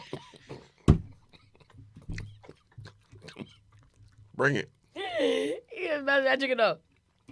If you were still dating, you're going to be looking for signs of somebody who's not going to remind you of your past trauma and things of that nature, right? Most of us want to come into a situation and come into new relationships and let go of all the ugliness that we've been through and all the hurt that we've been through, because it's not healthy to bring that into the next situation and make the next person pay for what you've been through, right? But I did notice that in a lot of situations that I was in, that I was so adamant and so particular about being who I naturally am, which is a person of peace. You know, I'm goofy. I love to laugh. I'm sociable. You know, whatever the case may be. I love to see people feeling good, not stressed out, especially around me. You know, like if you're stressed out and you come into my house, I don't want you to feel like you're coming somewhere where you're gonna have more stress on you. Mm-hmm. Even though that's happened, right? But when you sit back and you think about your life and you think about stuff that you've had to apologize for, or saying sorry for your own emotions, or saying sorry for things that you've held on to. Like I said, there was a situation that I went through a long time ago that I wasn't proud of, because I'm somebody who, when I feel something, I like to talk about it right then and there. I didn't do that because deep down inside, I didn't feel like I had a safe space with somebody who I felt who was like 100% invested in me, to the point where I could say like, oh, when it happened, yo, babe, I didn't like da-da-da-da-da. But I waited until another time to bring it up, and it was the wrong timing. Mm-hmm. But now, knowing that it was the wrong timing and me taking accountability for that, I sit back and I say, but damn, this was every time I did that. Even when I did bring it up, or even when I did slightly say something about, not having clarity on the situation or being confused about something, it was brought to my attention that I was being I wasn't being peaceful, or I was being toxic, or I was reminding this person of someone else that they dealt with and all this other shit. So now you got to sit back and you got to really think about it. Like, damn, like, you know who you are as a person. You know you're not about that. Let me read. Let me read. She said let me what? read some She comments. said right. Step away from the chicken. Yo, for real, he was messing that up. He was messing that up. So I agree with her. I agree with her to the extent of saying that a lot of men, not saying all y'all, but a lot of men, when they have it their way, when they have somebody in their place where they know that they can kind of get away with whatever because they're not committing to the situation or whatever the case may be, they show you who they really are when you start speaking up and like she said, creating boundaries and saying, hey, well, I didn't like this, that, and the third. And I was like, well, what you mean you ain't like, now you supposed to be my piece. You're supposed to be this, you're supposed to be that. I'm sorry, what? When I've been this for years, and now it's a problem because I said something. Y'all are supposed to be our piece, though. But and who y'all supposed to be? I'm going to tell you in a second. I wish so you would. Tasha said, I agree, but she's describing a boy versus a man. Right. Facts. I agree with you on that. Right. But sometimes, Tasha, not for nothing, sometimes there be men, grown, full-ass men, that be acting the same exact way. Alicia said, Norm, don't bite your fingers, bro. Yo. You killing that chicken. The bones had not a chance. Tasha said, Norm making me hungry. And Kim Cherie said, Norm hungry, y'all. Step away from the chicken. Away from the chicken. He was rocking that chicken up. Stop playing. And Kim said, but is that a full-grown man or a boy in a man's body? It's both. It's both. It depends on who you are. Like, you know what I'm saying? Like, you've had situations with and I hate to call any man a boy, right? Because I feel like once you pass 30, you're past 30, you should know what you want. The game should stop. But sometimes some guys, they're not done being, can I say it? All right. They're not done being fuckboys. A lot of men, can't say that. They'll show you. Okay. They'll talk a good game, like, oh, I want this, I want that. I used to be this, I used to be that. You're still that. She said F boys. You're still that. Because if you can get involved with somebody and engage with a woman, right, who is being transparent with you, she's opening up to you about everything, under the sun about her life, and she's being real with you, but you're faking the funk the whole time, and you go years and years with this person to just be playing the same damn games, and then she finds out later that she wasn't the only one, that she was just an option, like we talked about before. She was on the roster, but she wasn't in the game. Come on, man. So, you 35 years old plus, and you still playing games and making women feel comfortable within a situation and think that they good here with you, and the minute you speak up and say that you're not happy about something regarding the relationship that they thought that you had, now you're being a problem. I don't want to hear that. So let me. I don't want to hear that. So let me That's corny. segue to why should men even get married? Yeah, okay. Yeah. And by the way, y'all, Akisa actually had more chicken than I had. I started late. What you talking about? I'm just keeping it 100. I had 2 pieces. She's fronting. I had 2 pieces. Wow. She is fronting. This is my 3rd piece. Why the lying? Why you always lying? Oh my God. Stop lying. Always lying to me. You lying so much. There's only my 3rd piece, y'all. It's like her 5th piece, y'all. No, it's not. All right. So to segue on what you was talking about, why should men even get married? Why should we get married? Why should anybody get married? No, and the reason this is why I'm about to say this. Right. Because if you listen to what this female is saying that I'm about to play right now, yes, I kind of agree with her. And I want y'all ladies, fellas, whatever, listen. I want y'all to pay attention to this next clip I'm about to play, because I'm like, yeah, why should men get married? But here's his next clip. Why should a man get married when women leave so easily? This is what I think. Most women are so bought into the vision of marriage that they never really consider what it means to be a wife. So then when they get into marriage and now they are a wife, they hate the role because they don't know what it is. And most times, because in society, they make you feel like you need to get married and start a family, they choose the person that they like the most. Maybe even they love the most in that moment. But marriage is not something that should be based inside of I like this person enough. They were persistent enough. They were romantic enough. Marriage, to make it in the long haul, has to be rooted in something real, like God, purpose, and alignment, similar core values. And so if you don't have that, a man really doesn't want to get married, but if he does get married and it's not rooted in the right things, she will leave. So a woman is leaving if she's doing wrong partner choice. And if the man is doing wrong partner choice, if we're doing wrong partner choice, then you shouldn't want to get married. Right. But you should absolutely want to get married if you are aligned with someone rooted in God, rooted in your purpose, and submitted to the mission of alignment for your life, in my personal opinion. Why should a man get married when women leave so easily? This is what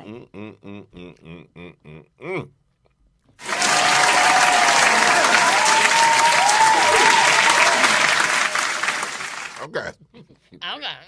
All right. Now, based on what she just said, I agree with her. Me too. Right? And because women do leave easily in situations. Sorry.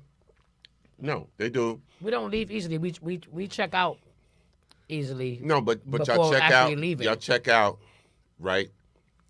When certain things are not met, and like, if y'all made y'all choices for the wrong reason, like there's women that hook up with men again for stability, right?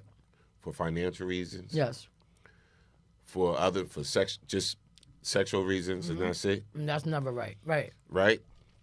So again, if these certain things are not met, y'all check out, and y'all leave easily. Men, on the other hand, right? If he has a partner, again, like what she was saying, is aligned in his values, you know what I'm saying? Like, dad, she keeps me on my toes. She supports me, blah, blah, blah, blah, blah. We can have real conversation, open communication about whatever. If I'm wrong, she know how to check me. If she wrong, I can check her. And, she don't blow up about it, whatever the case may be.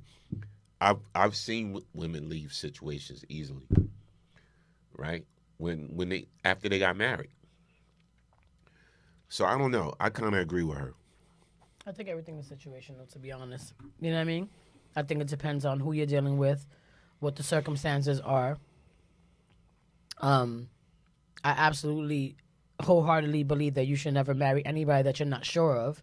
You know what I mean? Like, just because you like she said, just because you like somebody that much, or they fit your criteria of someone who's great in bed, or, they make enough money, or whatever the case may be, that's not enough. You have to be deeply rooted in God, and I believe that.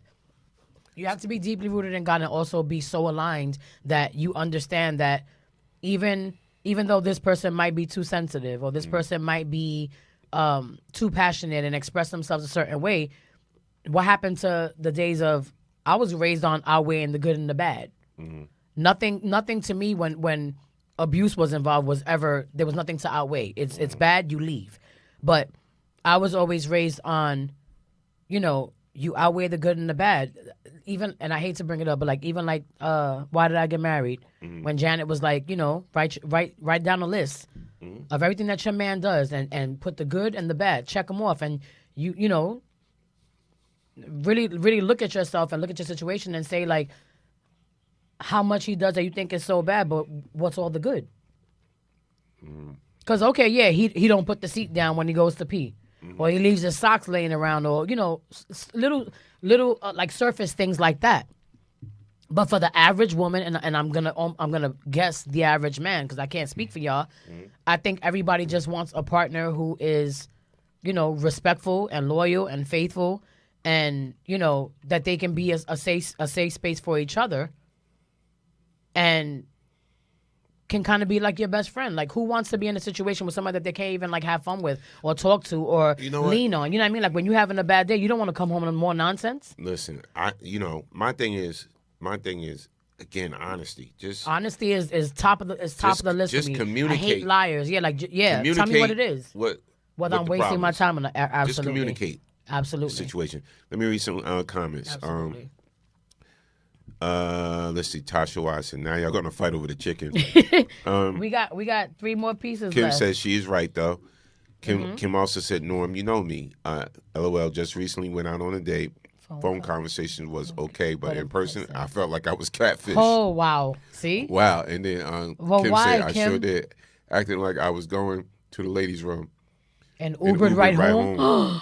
Wait, Kim, I wish you could call in, but why did you feel like you were catfish? Like, what was... Oh, here's the number if you do want to call in. Yes, it's 646-233... 1302. Right over her head. Right over my head. Right there. What was so different? Like 646-233-1302. What were the conversations like that were so different from the in-person meetup? I would love to hear that story.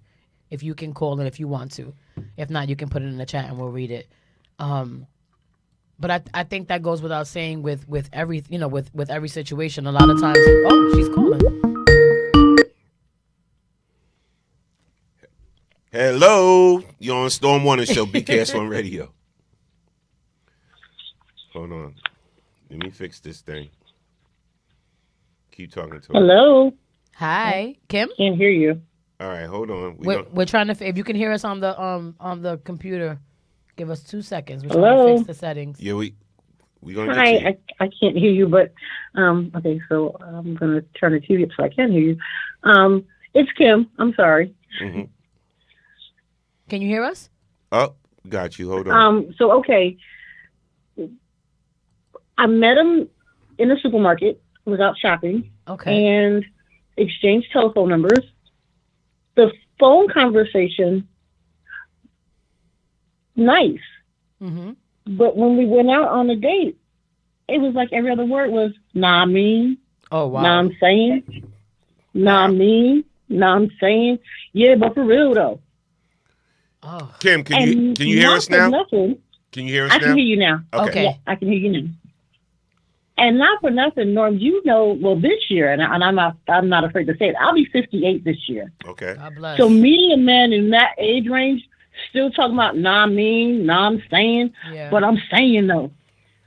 I sure did. I was like, can you excuse me for 1 minute? And I went to the lady. I acted like I was going to the ladies' room and Ubered right on home.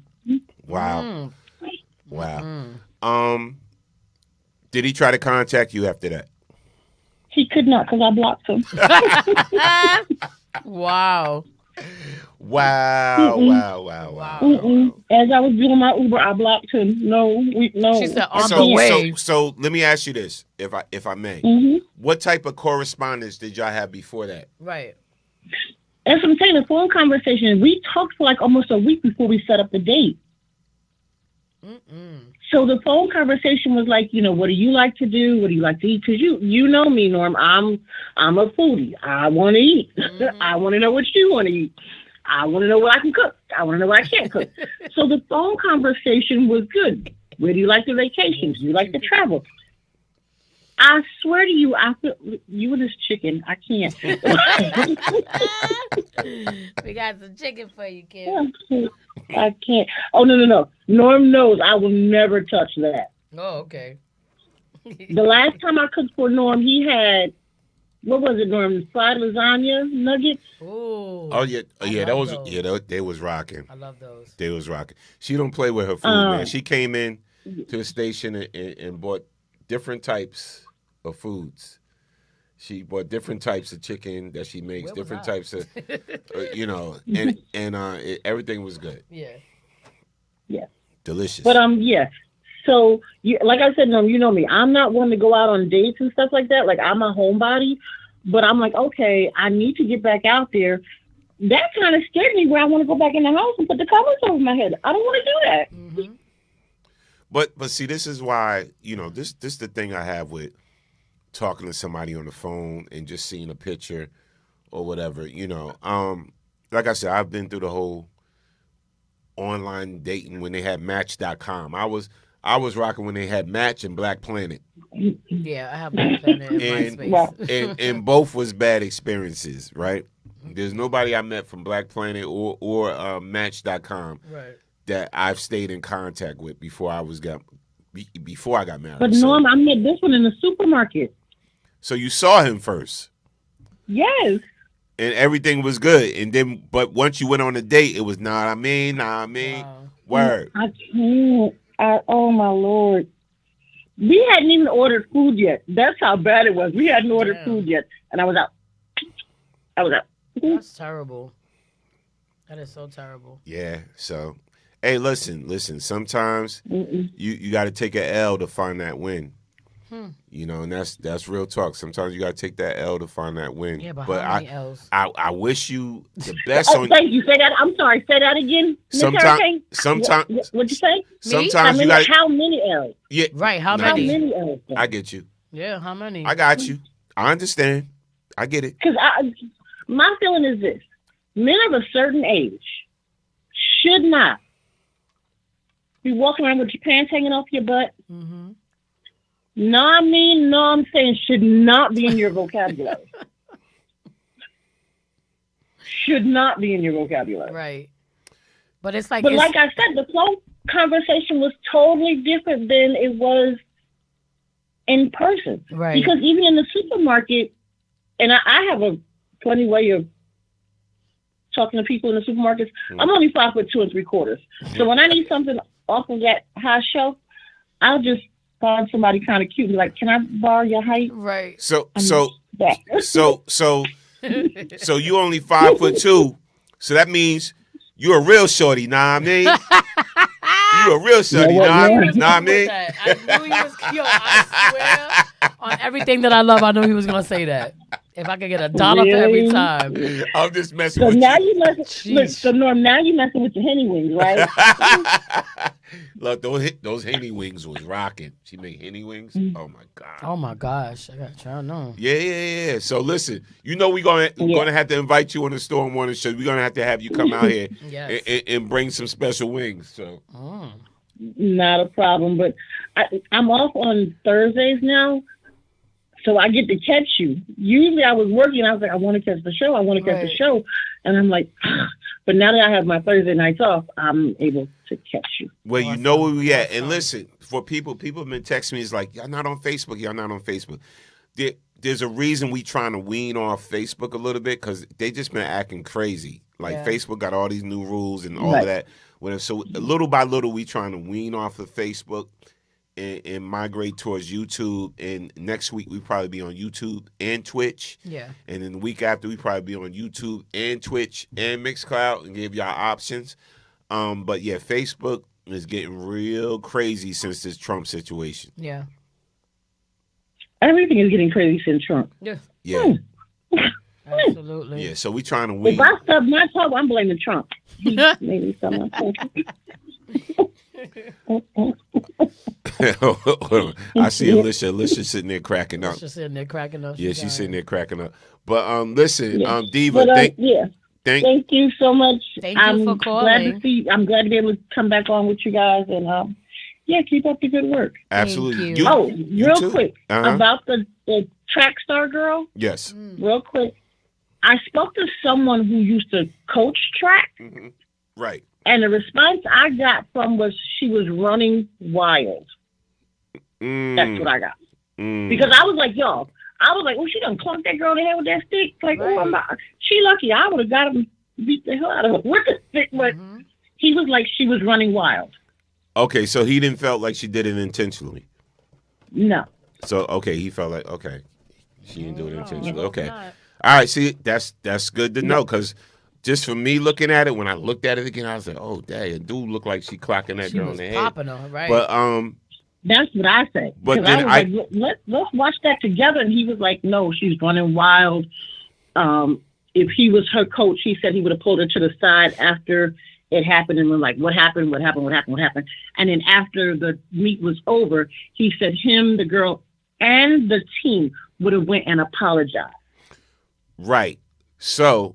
With that being said, so one thing I can say when I looked at that video is that when you're running with that type of speed, you don't really have that control to take one hand and hit somebody when you're running with that type of speed because you're thinking about one of them. Yeah, because you know you got to get to another point where you passing that baton, right? So when I saw that, I said, maybe she just was out of control. She really couldn't control what was going on. And we seen it from one angle, but other people seen it from another angle. Right. And kind of said, no, she didn't do that intentionally. She was just too close, and she was running crazy, like you said, Kim. So, yeah.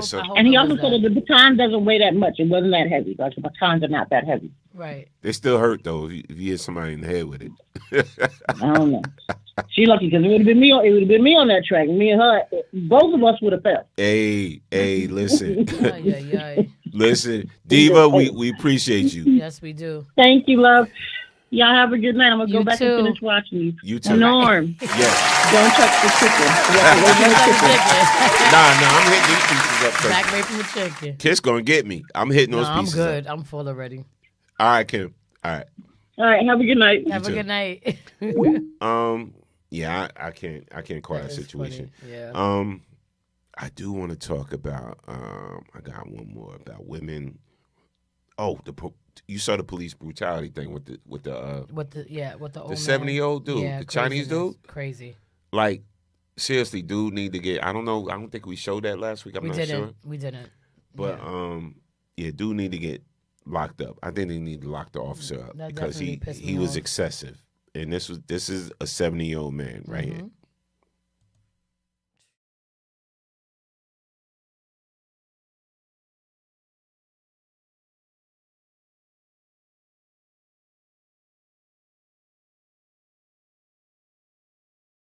That two car. Yeah, that's what you're supposed to do. I am the way where your vehicle was located, your vehicle was not like that. Sit up. No. You sit up. Get on the ground. No. See, sir. No. No, I have blood. I thought it's not it. I need the ambulance. Yeah, I'm gonna call an ambulance.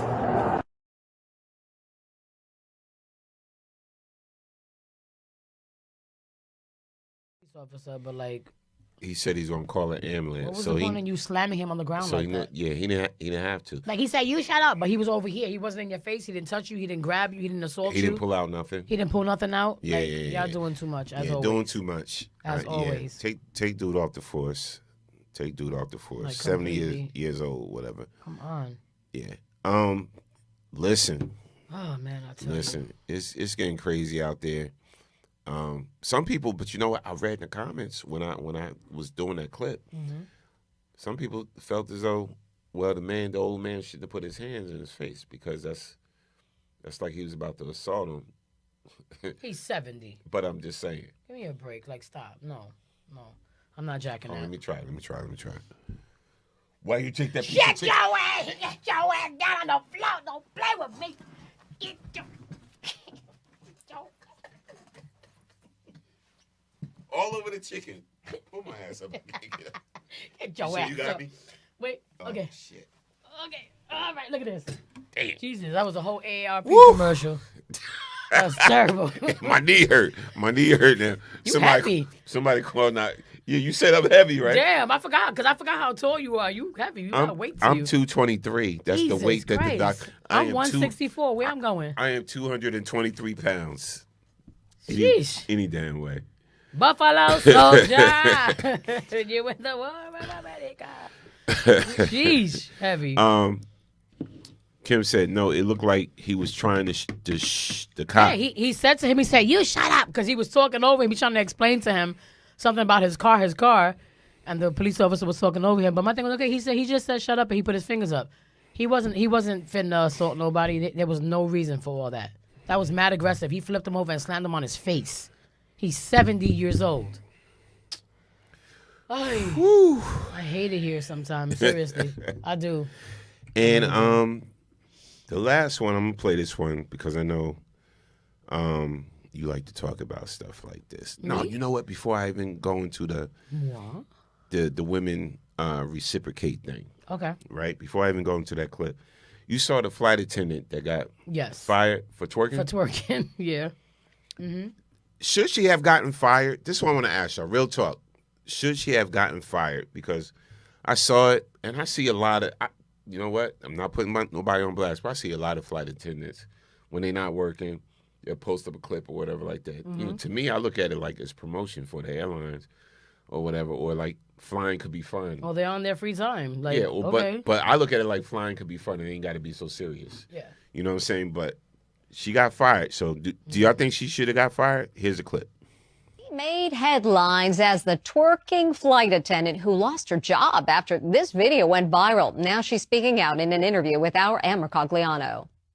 She's the flight attendant whose twerking cost her dream job. I didn't think that, you know, being so happy can turn into something like this. Nell Diallo was having a great time dancing and twerking in the aisle on an empty plane before an early morning flight. I decided to just take advantage of the moment to wake myself up and kind of get myself like hyped up for my day, basically. She posted the video on TikTok along with the caption, "What's wrong with a little twerk before work?" But after the video went viral, she says Alaska Airlines fired her. What did they say to you? They just said that I broke their social media policy. Nell had only been on the job for 6 months. She says she was twerking to celebrate the end of her probationary period. She made headlines as the twerking flight attendant who lost her job after this video went viral. Now she's speaking out in an interview with our Amber Cogliano. She made headlines as the twerking flight attendant who lost her job after this video went viral. Now she's speaking out in an interview with our Amber Cogliano. She's the flight attendant whose twerking cost her dream job. I didn't think that, you know, being so happy can turn into something. Wow.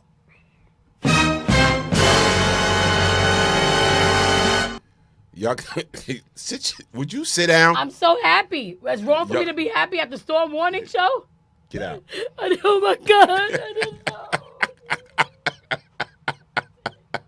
Y'all call that twerking? For real, do y'all call that twerking? Hell no. To the no, no, no. Hell to the no. No, let's keep it 100. You My think whole she thing is should have got this. fired? Should she have got fired? Okay, I will say this, right? Y'all think It she wasn't should've got about the twerking. It wasn't about her being happy. You could have done that in your apartment before you left work, right? And just posted it to your social media. You're on the plane. And now you're on the clock. Yeah, you're on so the now clock. you're going against the airline's policies and, like they said, social media policy, whatever the case may be. This is your place of business, right? This is where you work at. So, of course, every place of business wants to hold a certain type of integrity and this and the third. And you on the plane twerking, girl. So, like, it wasn't like it was crazy derogatory, like her booty wasn't out, none of the other stuff, but it's still something that you just shouldn't have been doing on the plane. You get what I'm saying? You're not a passenger. Right. You know what I mean? Like, you're not a passenger. You work there. And then when people start boarding the plane, now you have to be like, hi, what would you like to drink? You know what I mean? So, like, you got to leave certain things at home, girl. Wait a minute. I'm mad. Kim said, I chair twerk at my office every day. Yeah, and guess what? You know what? It is what it is. And then Alicia said, no passengers, just having fun. Shouldn't have lost their job. Right, but I'm saying that I feel like that's what the airline was probably making it about. Like, you're on the plane, you're clocked into work, whatever the case may be. I didn't think that there was anything wrong with it because of the same reasons. Like, there weren't any passengers. She wasn't disturbing anybody, per se. She was by herself. You get what I'm saying? But I think, of course, they're going to make a big deal about it because she's on the plane and you're at work. You get what I'm saying? So, give her back her job, man. Just suspend her for, like, 2 weeks. Especially if she's never given you any issues prior to that. You know what I mean? Like, if you never had any issues with her prior to that, why and she was not even give her a warning? And she was a whack twerker. Not she was a whack. Okay. She was a whack twerker. You know what? I didn't say she didn't even do it right. I didn't even say it. I'm just saying. But all right. She was like, I didn't think there was anything wrong with being happy. Let me see what dude is saying about, because you like this dude for some reason, because you always sending me his clips about dude talking about women reciprocate. Let me see what this dude is talking but he pissed me off recently. Oh, go ahead. Let me see. So here's a clip. Let me see what this brother is saying. All right, so we could talk about it. Here it is. Women got a bad habit of treating men like the men they could be instead of treating them based on what's being reciprocated. Exactly. Real you know what I'm saying? So you willing to go all out, cook for this man, show up for this man whenever he needs you, and if your car break down, you wouldn't be able to call him. If you got to move, you wouldn't be able to call him. If you lose your job, you need a little help on the bill, you wouldn't be able to call him. Right, so how does this man have an all-access pass to you when you can't depend on him for any aspect of your life going wrong? Women got a bad habit of treating men like the men they could be instead of treating them based on what's being reciprocated. I'm actually, as a man, I'm going to agree with that. you can't but this goes both ways. Yes. You can't give somebody an all access pass. Yes. To your life. Yes. If they're not reciprocating. You know, when you give somebody all access to you, mm-hmm. they have to show something in return. Right. You know what I'm saying?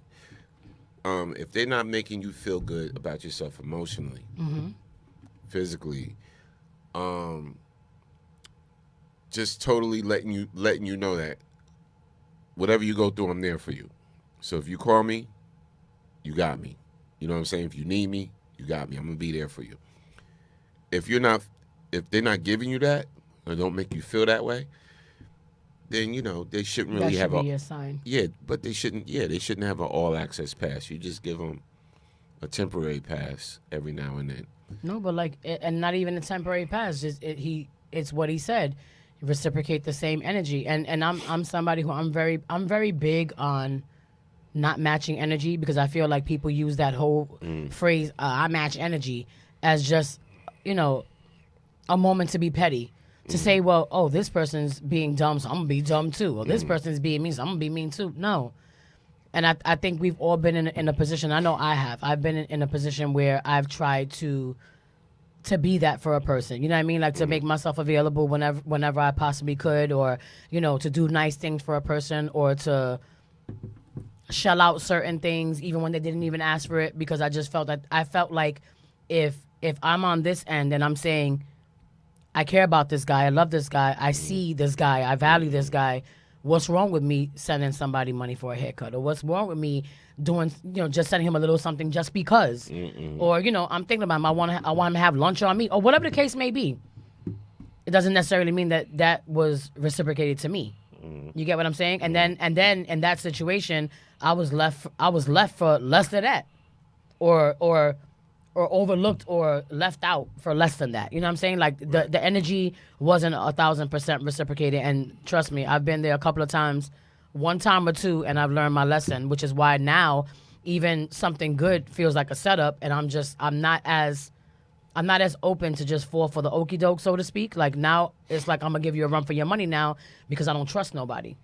Facts. My trust is so broken right now. Like it's sad, because I can have somebody that's coming along that might be my person or might be good for me, and right away I'm already expecting what you about to do to me. You know what I'm saying? Like, and it's really a tricky situation to be in, and it's really sad like that. Like we said before, the dating pool, it got caca in it, and I don't like it.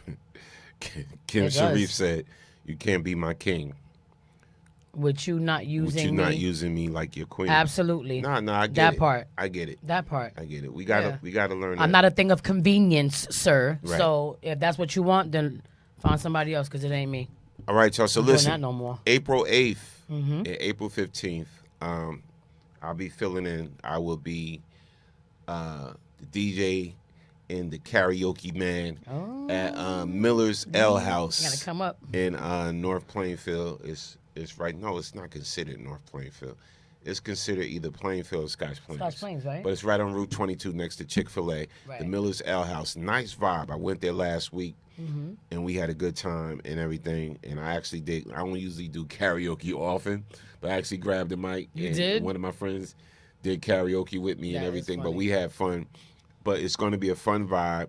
I'll be rocking out, playing some joints, some tunes, and also doing karaoke. So it's going to be from 7 to 11 at Miller's L House. April 8th, put that date down. Nice. And April 15th, put those dates down. I'll be in Miller's L House doing what I do. Also, there's some events that's coming up this year. I'm just waiting to get the full confirmations on everything that BKS is a part of. Also, too, I'll be keeping y'all posted when I'm going to be on Pix 11. On Pix 11 for the DJ segment on Friday. So there's a lot going on with me. Listen, I've been getting hit up a lot to do gigs and, being requested to do gigs and parties. I'm only selective right now because I'm heavily involved with the station. There's more new shows coming on the station. There's a lot of events going to be popping this year, whatever like that. So, even if I can't do your function or whatever, I will recommend somebody that's qualified to do your function or whatever. I get it. cool with a lot of people. A lot of people want me personally, whatever. Certain things I could do, certain things I just can't. It's getting real busy right now, but it's all love. It's all love. But a lot of great things is going on at BKS1 Radio.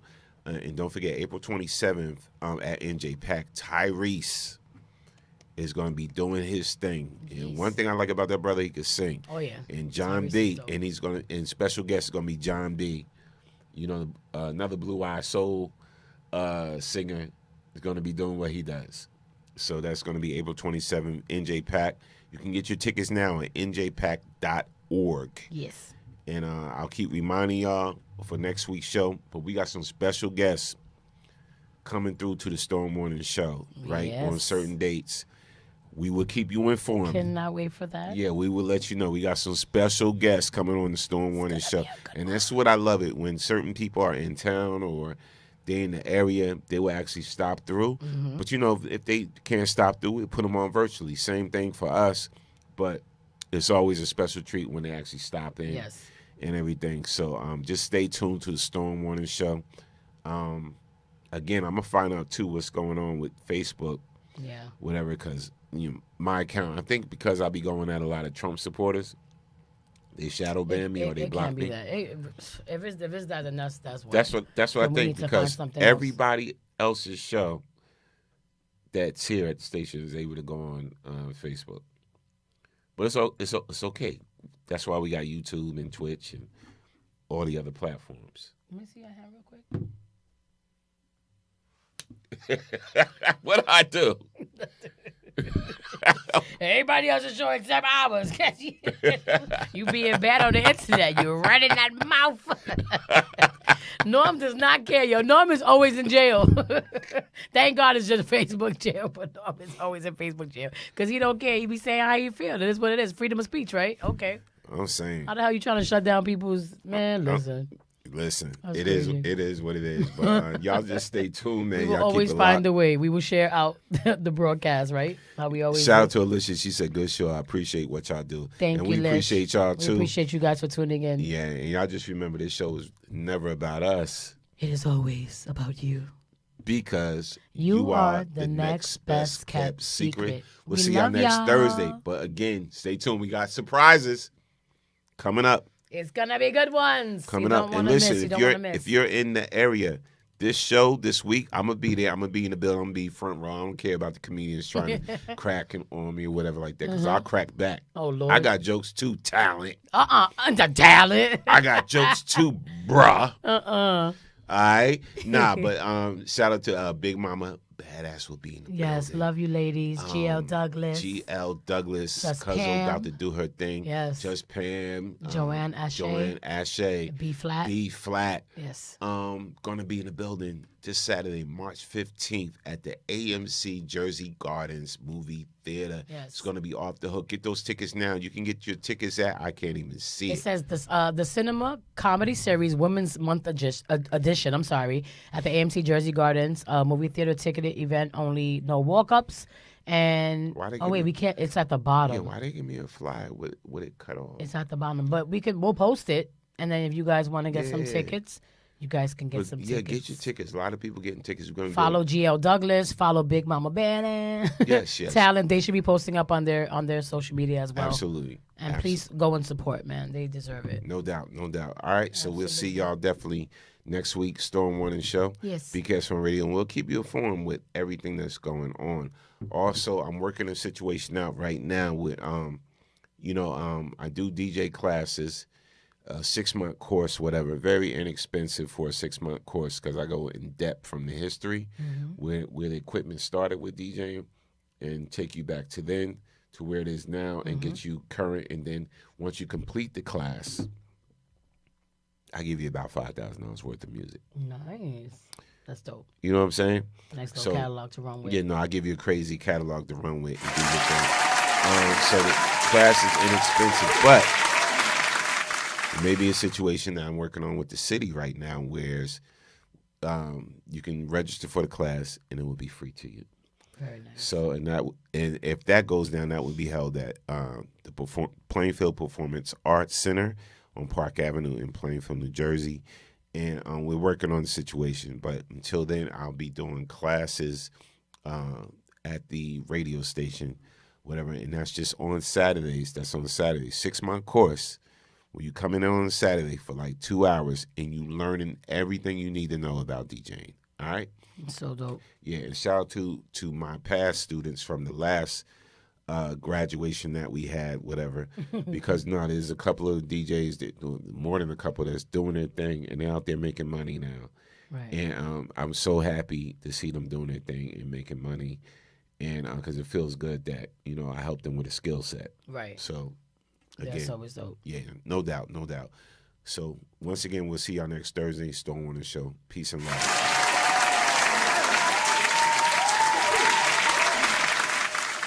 Long distance. Alicia said, "Do you do long distance classes?" Virtuals. Yeah. Kim said, "Norm, can I send you some music from one of my friends' nephew?" Of course you could. All right. Email bks1radio@live.com or email me directly at norm.bks@live.com. All right. Just hit me up, and again, we'll see y'all next week. Storm Warning Show. Thank you One for love. tuning in. Play the music, kids. Play the music. We out.